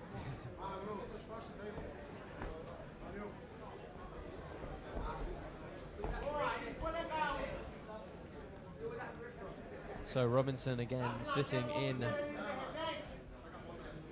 the open guard of Gracie-Behring here. Little less than halfway of this match left to go. Monstro just making sure that neither guy comes off the side here. But it's quite an interesting position. I don't think Monstro wants to stop the fight how it is where it is now. So strong grips on the legs from Nicky Robinson. Just taking a look at the clock. And I really think cardio is going to start to come into play in this one. Certainly in the next 5 minutes or so. So we're going to reset. Lasso on the arm for Kwan. Strong grips on the legs for Nicky Robinson. Nicky not very happy with the restart, I don't think. And he's looking to sit on the leg now again. And he's got good control of the outside leg all the way over. Pyrama's got Nicky's left foot there. Yeah, we're into another footlock battle here. Both guys fighting those. It's been a pretty recurring theme throughout most of the night, actually. Every match having some form of leg lock battle in it. Gracie-Behring really arching to the outside on this one, trying to go belly down. Nicky just stopped it by grabbing that Kyron's left leg. Well, he's got going belly down, but Kyron's going to use the knee reap here, and it looks tight. Yeah, we can't see too much grimace on the face of Robinson yet, but Nicky looked like he was going to go for that for the toe there, but I think that he just covered it, unfortunately for him. Yeah, interesting. Neither fighter actually opting for, The particularly the toe holds or the knee bars. Yeah, they're sticking to the more conventional straight footlocks. I mean, tell me if I'm wrong, but I don't think there's actually been any actual footlocks today, considering the amount of attempted footlocks. Yeah, that's very good point. Actually, the amount of footlock attempts tonight has been immense. But you know what? They've been used to off balance. They've been used to sweep. They have even actually been used to break ankles. But in that instance, of course, that was a fantastic match where, despite the injury, Jacob Winstanley Punch pulled out a last-minute choke from the back there, despite being in tremendous amount of pain from the ankle locks early. Nicky going for the back again by trying to get the back of Kyron's pants.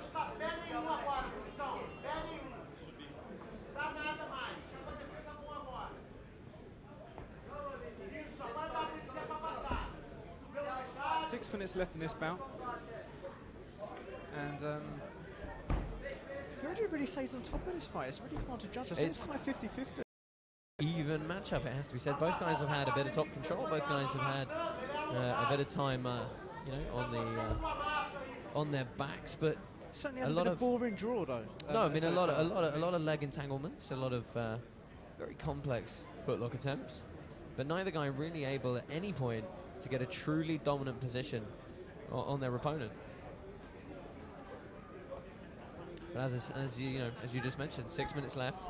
We're already 14 minutes in, so the heat's going to start playing a part. The sweat's going to start playing a part. We're really going to see, we're really going to see whose cardio is coming into play. Repeatedly, Gracie-Behring has looked to use his right hand on the back of the gi trousers as a grip there. And Nicky with the lapel. Again, Kyron just sits back, and Nicky trying for the rolling back take. I mean, what typically happens in these scenarios is it's not so much that somebody catches the other guys. Well, I mean, it is, but it's more that, you know, a guy just gets tired and makes that one little mistake because they were just a little bit slower on the uptake. I think we saw that earlier with Freddie and Jacob, actually. Freddie was dominating the majority of the fight, really. Maybe got a footlock and saw the grimace in Jacob's face, but Jacob kind of saw red and come back with a burst of 30 seconds. Yeah, it just goes to show all the fights tonight, one small mistake and it could go one way or the other. We've got 2 more bouts coming your way in the Tuff Invitational 2 tonight. 2 black belt matches. Marco Blood, Chris Regan and Greg Creel. Fight Zone guys are here waiting. Yeah, very raucous and loud in support of their competitors here tonight. Do remember, Tuff Invitational 3 taking place 28th of November back here at the Circus Tavern. 8-man middleweight tournament. A grand prize of £2,000 to the winner. Some fantastic big names already announced in that one. Also like to thank our sponsors tonight: Tough Fightwear, Valor Fightwear, Predator, Punch Strong and Cannons UK. Hope you've been enjoying the free live stream courtesy of Lee Johnson and John Jarvis on our YouTube channel. Both guys seem to be, I mean, we're more than three quarters of the way through the fight now. Both seem to be very calm, sizing each other up. Hopefully, I think we're going to see a very fast-paced last minutes now. Yeah, it's really going to start coming down to who wants to dig deep and also who wants to perhaps try something different. I mean, changing that fight is always something interesting, but for the it's first... also worth to mention, actually, that this is the first time we've seen someone actually pass the guard. I don't know, it's the first time someone's actually been on top past the legs. Yeah, exactly what I was just going to say. The first time we've seen a dominant position from one of these two fighters, so going to be interesting to see if they can make it pay. Got a few minutes to do so. North-south for Robinson here.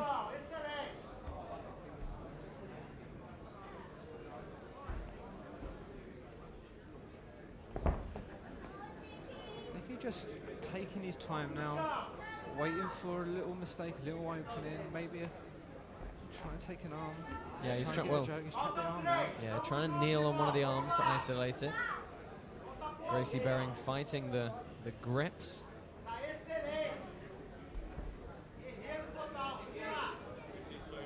But Robinson's smart. He's not going to let Kwan get out of this easily at all. He's going to stay very heavy on him.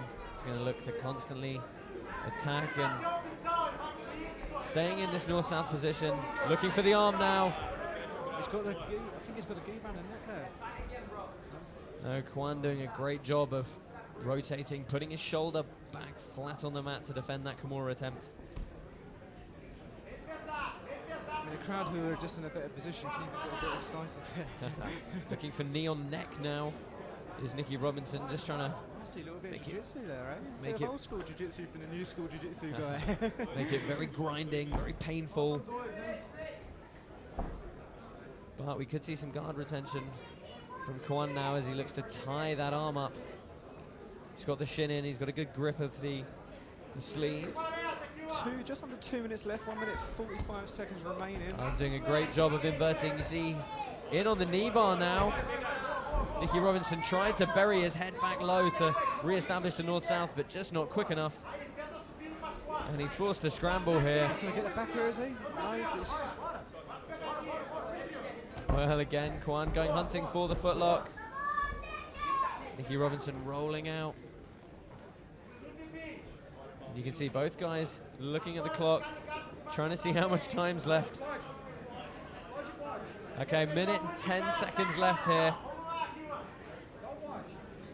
Big deep breaths from both guys. The lungs must be burning now. Both guys really need to dig deep now to get the win.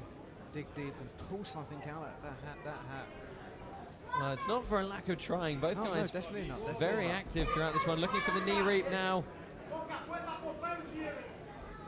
And then turning back for the knee bar. Toe hold off this. Mick needs to go for this now. Back to the 50-50. Yeah, back over for the footlock. I'm surprised he didn't stick with the toe hold or the knee bar there. Getting back to the straight ankle. Into the last minute now. 30 seconds left. Robinson coming up on top here. Really digging deep here. Tyrone just trying to shoot up for something. That's a very deep breath. I think both these guys will be glad to hear the clock at the end of this one. Robinson with the knee cut through pass. Steps over nicely. Looks for the leg drag. I think it's too little too late now though. Oh, is that a... he's trying to hustle for a... calf crush or something there? And time we've found. Great fight there, great draw. Well, after 20 minutes, neither Nicky Robinson or Gracie-Behring able to get the job done here, but a good, even matchup. Both guys having time on top, showing some good guard work and a lot of very interesting and tricky leg scrambles. But this one, ladies and gentlemen, has been ruled a draw. I mean, sometimes you get boring draws, and that was an excellent. I really enjoyed that match.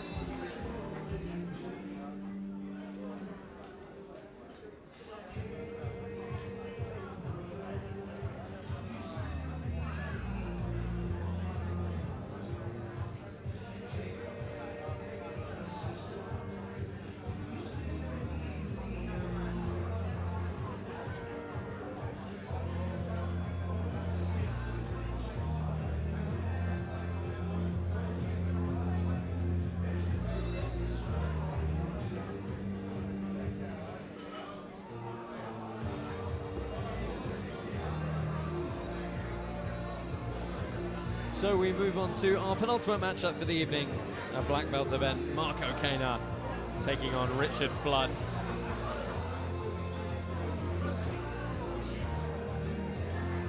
Just a moment, our MC, my partner in crime for the evening, John Jarvis, is going to bring these guys to the mat.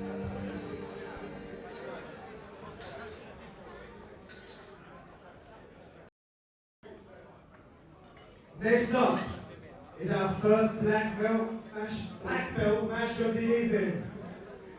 This is a lightweight contest. First up, in the red corner, representing Checkmat BJJ, Marco Kayne.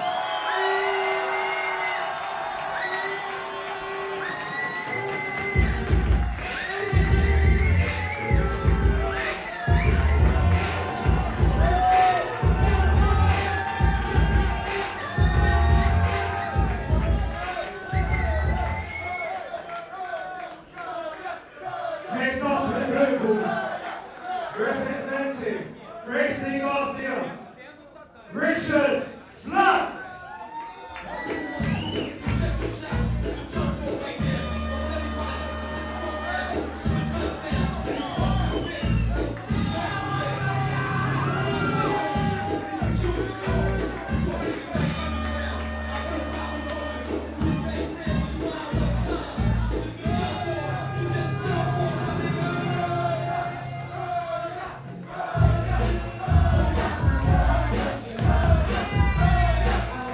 The chants and the support have begun for Marco Kayne here.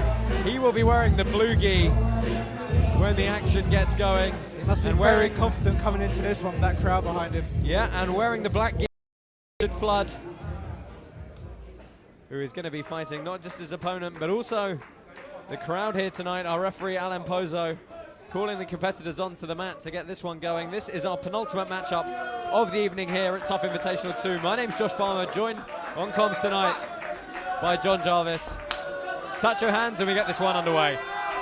This is very much the case of a very good half player in Richard Flood and a back-taking machine in Marco Kayne.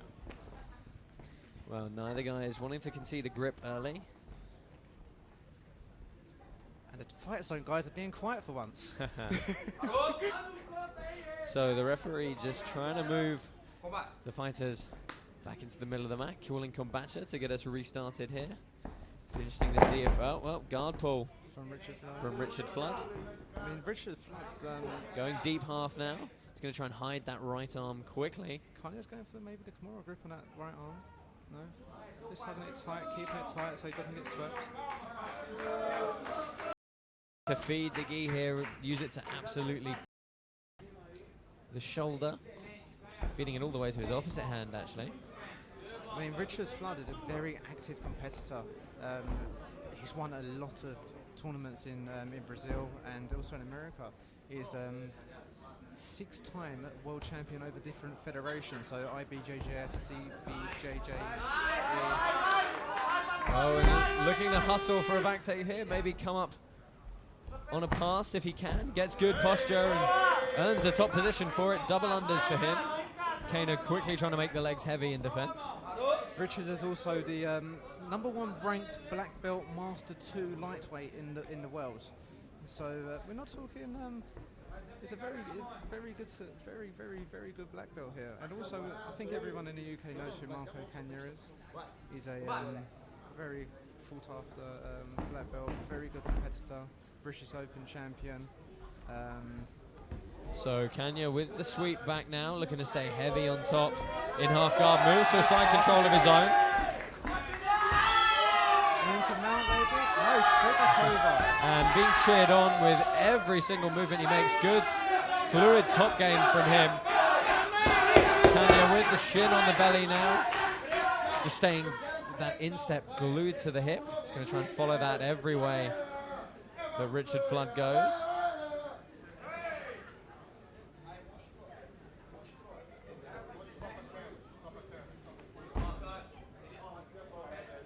This is actually a 10-minute match, not a 20-minute match. Interesting, okay. Instead of, because basically this was a match done 2 weeks ago, and just give guys a bit more time. They didn't have time really to go the full ball really. Oh, Kimura here for Marco Kayne, and he gets the tap!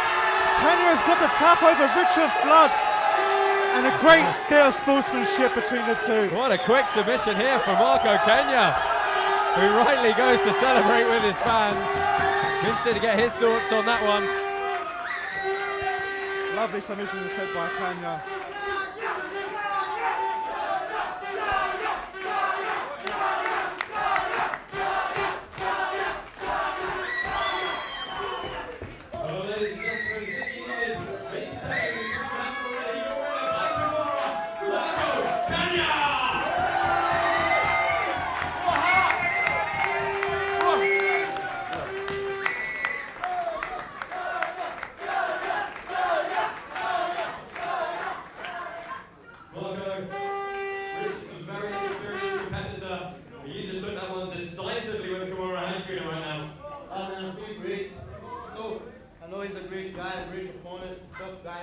Very experienced, but I was ready, okay?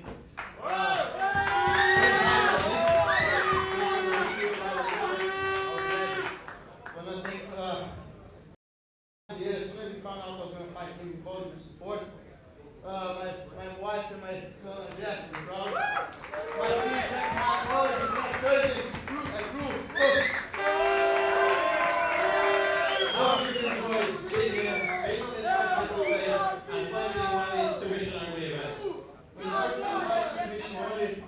Thanks, John, Leigh, also for the opportunity, okay, and feeling great, man. I was ready. I knew I was I'm gonna come out and I saw my son here in the crowd, I knew I was gonna win.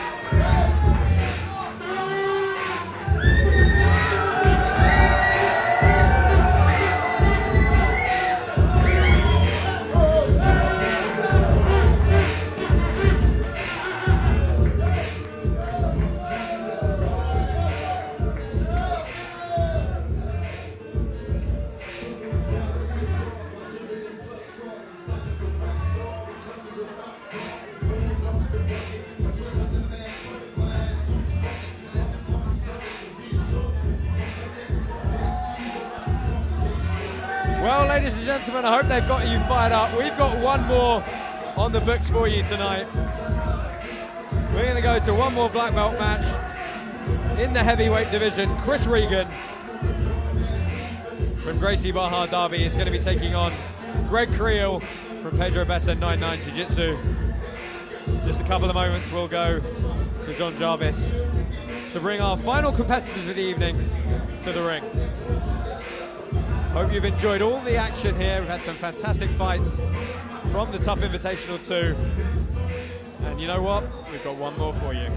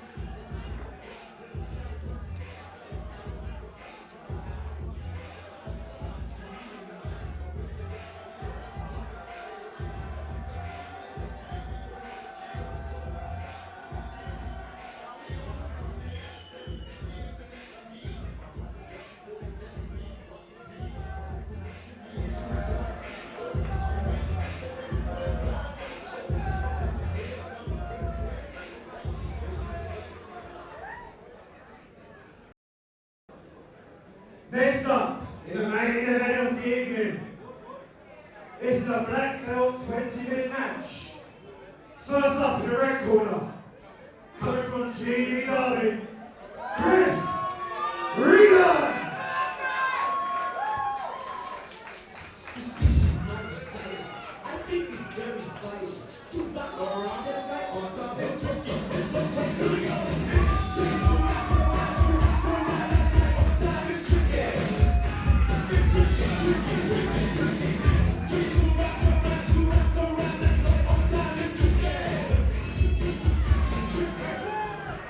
Next up in the blue corner, representing Pedro Bessa and 9-9, Greg Creel.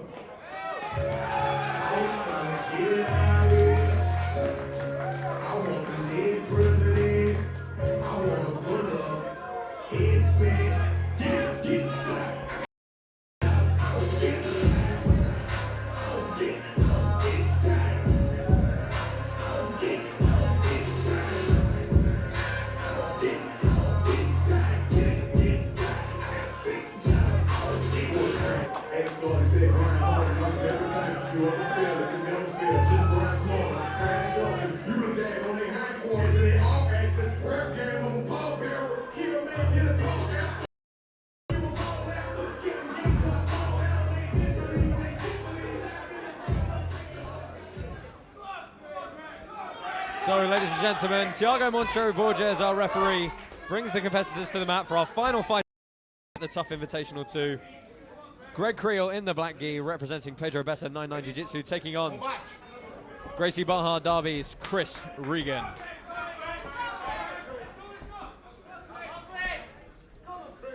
Both guys no stranger to these super fight experiences, both having done it before. Chris Regan having a very good showing recently a grapple nation and showing his wrestling early as he dives on the low single. What a level change and penetration step that was. Hustling now. Good sprawl from Greg Creel. He's probably going to come out on the top position here. He's got to be careful of his left arm. It's got to be tight. He's got to put it back in now.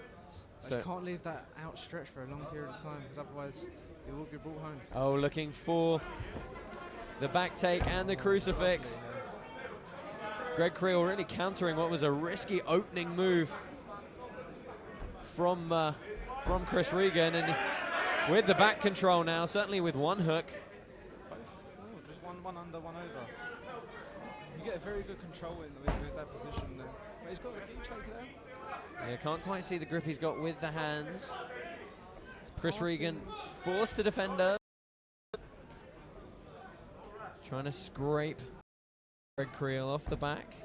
As you said earlier, when you get put in submission attempts very early, it could be demoralising for the other guy.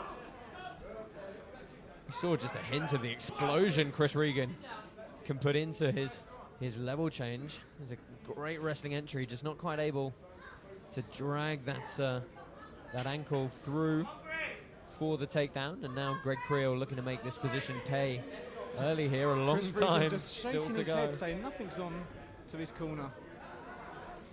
At the same time, though, he is in a predicament. Let's see if Creel looks to take that arm. Good block of the hook from Chris Regan. Just trying to limit the time on the back. Sean McDonagh in the corner of Greg Creel. Oh, and Creel's got a very tight arm with the legs here, looking to straighten an arm here. Oh, and Chris Regan pops his head out. And we're going to see what the half guard of Greg Creel is like now. Knee shield in for him. Using that left elbow and forearm to really monitor the far side of the lapel. Reverse De La Riva for him. Not going to work with the left leg though to create a frame. Happy to sit down. So the early exchanges there were with Greg Creel and Chris now seems just become trying to get the upper hand now. Yeah, with that Rodolfo Vieira-like pass, with just putting that forearm across the face, making him look the other way whilst trying to knee slide now. Yeah, very strong forearm pressure. Greg Creel looking to invert, and he comes out on top. What a fantastic sweep from the Welshman. Wrestling again for Chris Regan. Does it? Yes. Yeah, Greg Creel just a bit too fast for Chris Regan there, who looked to use the wrestling to good effect. I think that's what the design of this match could be. It's the pace of Greg Creel. It's quite frightening for a guy who weighs 95, 96 kilos. Yeah, his counter movement was phenomenal there, to spin round and attack the back. And again, Chris Regan, he went for the low single a second time, finds himself having to defend his back for a second time. But nothing's in till it's in. This is a submission-only rule set taking place under IBJJF rules, with the one exception that knee reaping is fully allowed here. And Greg Creel looking to get the hips involved, make himself very heavy with a lot of pressure. And the referee is calling Perot here. We're going to try and recess in the middle, but John, quite a position to try and find here. I'm not too sure how much. I'm not too sure if Greg actually had a not a submission, but when you do a good position to get into one. So it's going to be very hard for Montreux to start this. I've got to say, I have no idea what position they really ended in. But then again, I'm not the referee, and these guys, Alain Pozo and Thiago Monstro Borges, very experienced referees. They will have been through this position a lot of times. And Creel looking for a crucifix position. For the crucifix now. He steps over just for a knee bar. Straight into a footlock now. Going on the leg. Can't quite see the grip for him though. Regan looking to circle all the way out, and he's going to come up on top here, is he? Knee slice pass again for Chris Regan. Oh, good off-balancing technique by Greg Creel, who has had, I have to say, the calmest look possible on his face throughout this exchange. just shouting to corner Jamie that he Hughes in can't his hear. corner, saying that he can't hear him, and Jamie Hughes needs to speak up a little bit.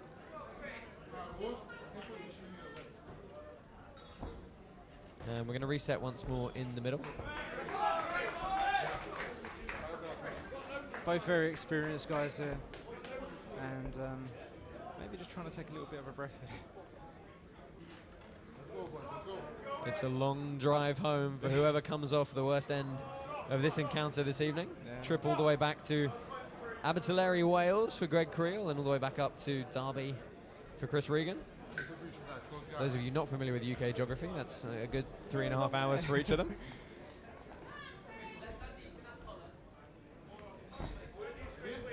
So close guard now for Greg Creel. We're going to see what he can do here. Immediately looking to underhook all the way through on the far leg.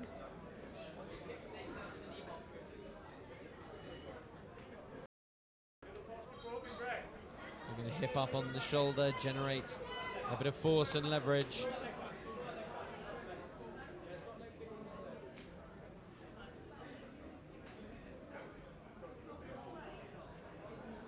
I mean, here in the main event, Josh, I mean, let's look back on some of the matches that we've had today. Kayne Issac versus Jay Arnold up first with a really good flying triangle from Kayne. One of the contenders for submissions of the night. I didn't think it was going to get beaten, but then little Cameron Hibbert, the silent assassin himself, I think just over a minute. Flying triangle, about a minute in. We also saw a couple of fantastic purple belt matches. Leigh Simpson, Stephen Playfair putting on a hell of a show. Leigh Simpson really under the cosh in that one, but managing to pull that one out of the bag. I think that's one of my favourite fights so far. Very back and forth, very even.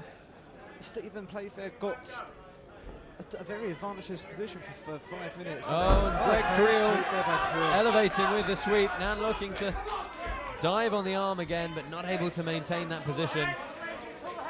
Chris Regan trying to get some sort of head control here. Greg Creel burying in as hard as he can, trying to protect that posture, protect that neck. May have just given up the crossface there, but heaving his opponent back up on top of him to generate a bit of momentum. Let's not forget, of course, we had a couple of fantastic brown belt matches earlier. Sean McDonagh victorious over Tyrone Elliot, and Arya Esfandmaz taking a win over the very formidable Jamie Hughes. Greg Creel again looking to invert. A lot of success with that sweep so far. And how can we forget Fight Zone Pawel and Marco both. I think their fans putting on a good shot. What's happened here? Oh, ball shot. Yeah, so Greg Creel tried to pull guard. Chris Regan, unfortunately, found his way through with the shin. And I think we're going to give Greg Creel a couple of minutes to recover here.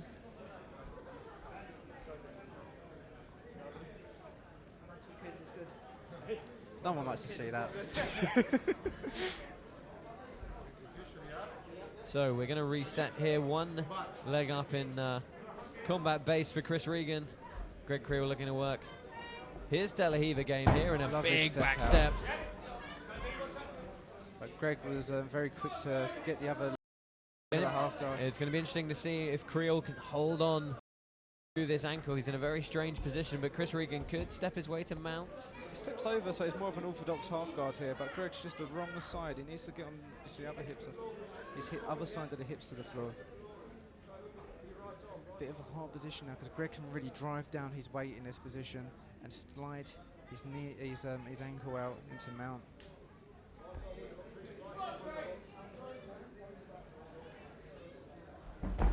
Rolling back take here from Chris, maybe into a knee bar. Oh, calf crush. And he looks like he's got a lot of pressure on this. Tight. Greg Creel grimacing a little bit. Putting down on actually the ankle that's bandaged up as well. So I'm guessing. And he's shaking his head and saying no, but this is well, it looked like a very dominant roll into the truck for Chris Regan, who's now going to probably end up with a back take off it. Climbs the leg high, and Greg Creel does a great job of putting his back on the mat. Going straight to the footlock position. What a transition here from these guys. We've got a knee bar or a toe. He can go for a toe here, I think, Josh. Oh, I gotta say, that's Chris Regan really did look very tight indeed. With Greg Creel doing a great job of keeping his back on the mat, creating a frame, and he's looking for the knee bar now. 50-50. Lightweight jiu-jitsu from these two heavyweights. Both of them having a laugh with each other now. So we've already seen 50-50 a few times tonight. Are we going to get a footlock today? It's amazing, isn't it? The amount of times, I cannot tell you, ladies and gentlemen, that we've had footlock attempts tonight to off balance, to sweep, to change position, to defend in the transition. It really is incredible, but yet no one has actually managed to submit somebody with a footlock yet.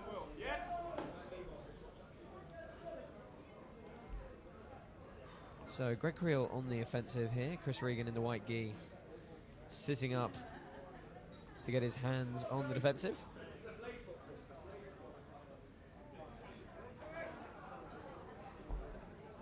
Just over 10 minutes left here.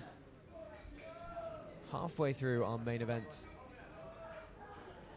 of the Tuff Invitational 2 here from the Circus Tavern in Essex. My name's Josh Palmer. Yeah, 10 minutes gone already. My name's Josh Palmer, joined Matt's side tonight, sorry. So used to saying cage side. By John Jarvis. It's been a pleasure being here with you, Josh. Been a good night of... it has been a fantastic night of submission-only matches. Most fights, it has to be said, going the way of submission. And are we going to get the crescendo in our main event here? Once more, we'd like to thank our sponsors, Tough Fightwear, Valor Fightwear, Predator, Punch Strong, and Cannons UK. And all of you who've joined us on our live YouTube feed on this US Independence Day. 28th of November, sorry, will be the next show. Great 8-man tournament with a 2K cash prize there. But Greg Creel and Chris Regan still fighting out in this 50-50. Creel trying to strip the grips. Has the safer of the leg positions at the moment, though.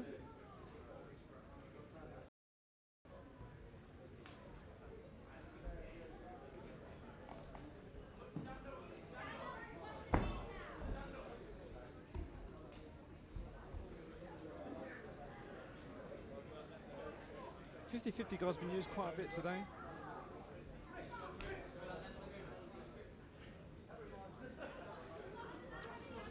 So we've just been let know by our staff here that 9 out of 13 of tonight's matches have finished by submission. How impressed are you with that finish ratio, John? That's very good. I mean, for a submission-only show to have such a high percentage of submissions, we couldn't have done it without our competitors today who've all put it on the line. No one's really sat back and been safe. Everyone's gone for a submission. Like these two guys right now. Yeah, Chris Regan looking to turn into a knee bar here.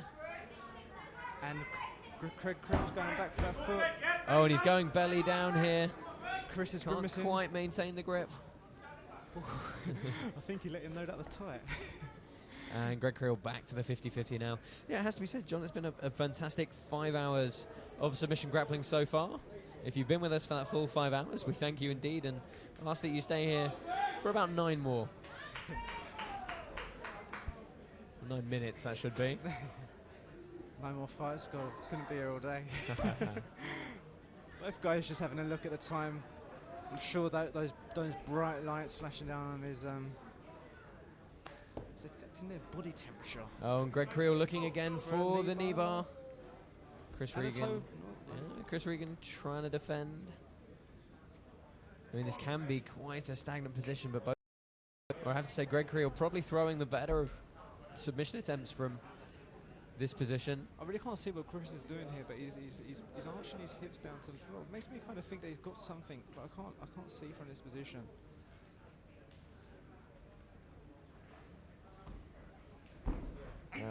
Oh, and he gets the tap. Lock for Greg Creel.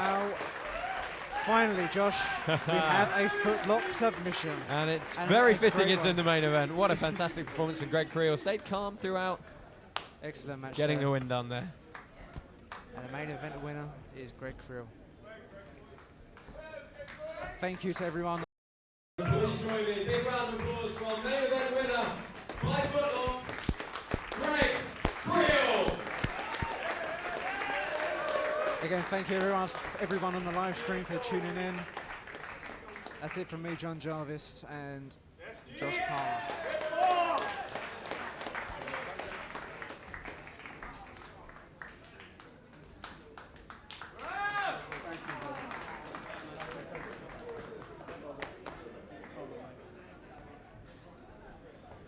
I'm here with our winner of our main event, Greg Creel. Greg, that's how it rings out in these lights. Were you surprised when off the bat he shot for what looked like a very good low single early? No, if you watch the videos, you can see that he goes for a single. It's sort of okay, I was hoping he went to the position, but didn't really pay off too much. But I ended up getting back. I knew I couldn't spin him straight away, so I saw it just mangle again until halfway through, so that's why I went 50-50 and tried to play a bit more patient rather than. How much time have you yourself been putting into the football game? Because you spent a great deal of that fight. Locked in 50-50, locked into leg attachments, and really you were attacking Eagles, footlogs around. Well, if you know, if you play with Pedal backside, Jimmy Hughes and all the guys, they got real good footlocks, so you've got to be sharp and they come to part of that as well, you know what's going on, so you know when you relax, you know when you move, you know when you go for everything. Thanks to all the guys in Wales watching. I know I have 5 messages on my Facebook. I'm overwhelmed to be honest with you. Thank you very much for tuning in. I hope you're proud. Thank you very much. Ladies and gentlemen, the winner of the main event, Greg Creel! Thank you very much for joining us here this evening, ladies and gentlemen. I hope you all enjoyed all of the action from the Tuff Invitational 2. We'll be back for Tuff Invitational 3, 28th of November, that 8-man middleweight tournament. 2K cash prize and some fantastic supporting fights for you. On behalf of myself, Josh Palmer, John Jarvis, Leigh Johnson, and everyone else here at the Tuff Invitational, thank you very much for joining us and please have a safe trip home.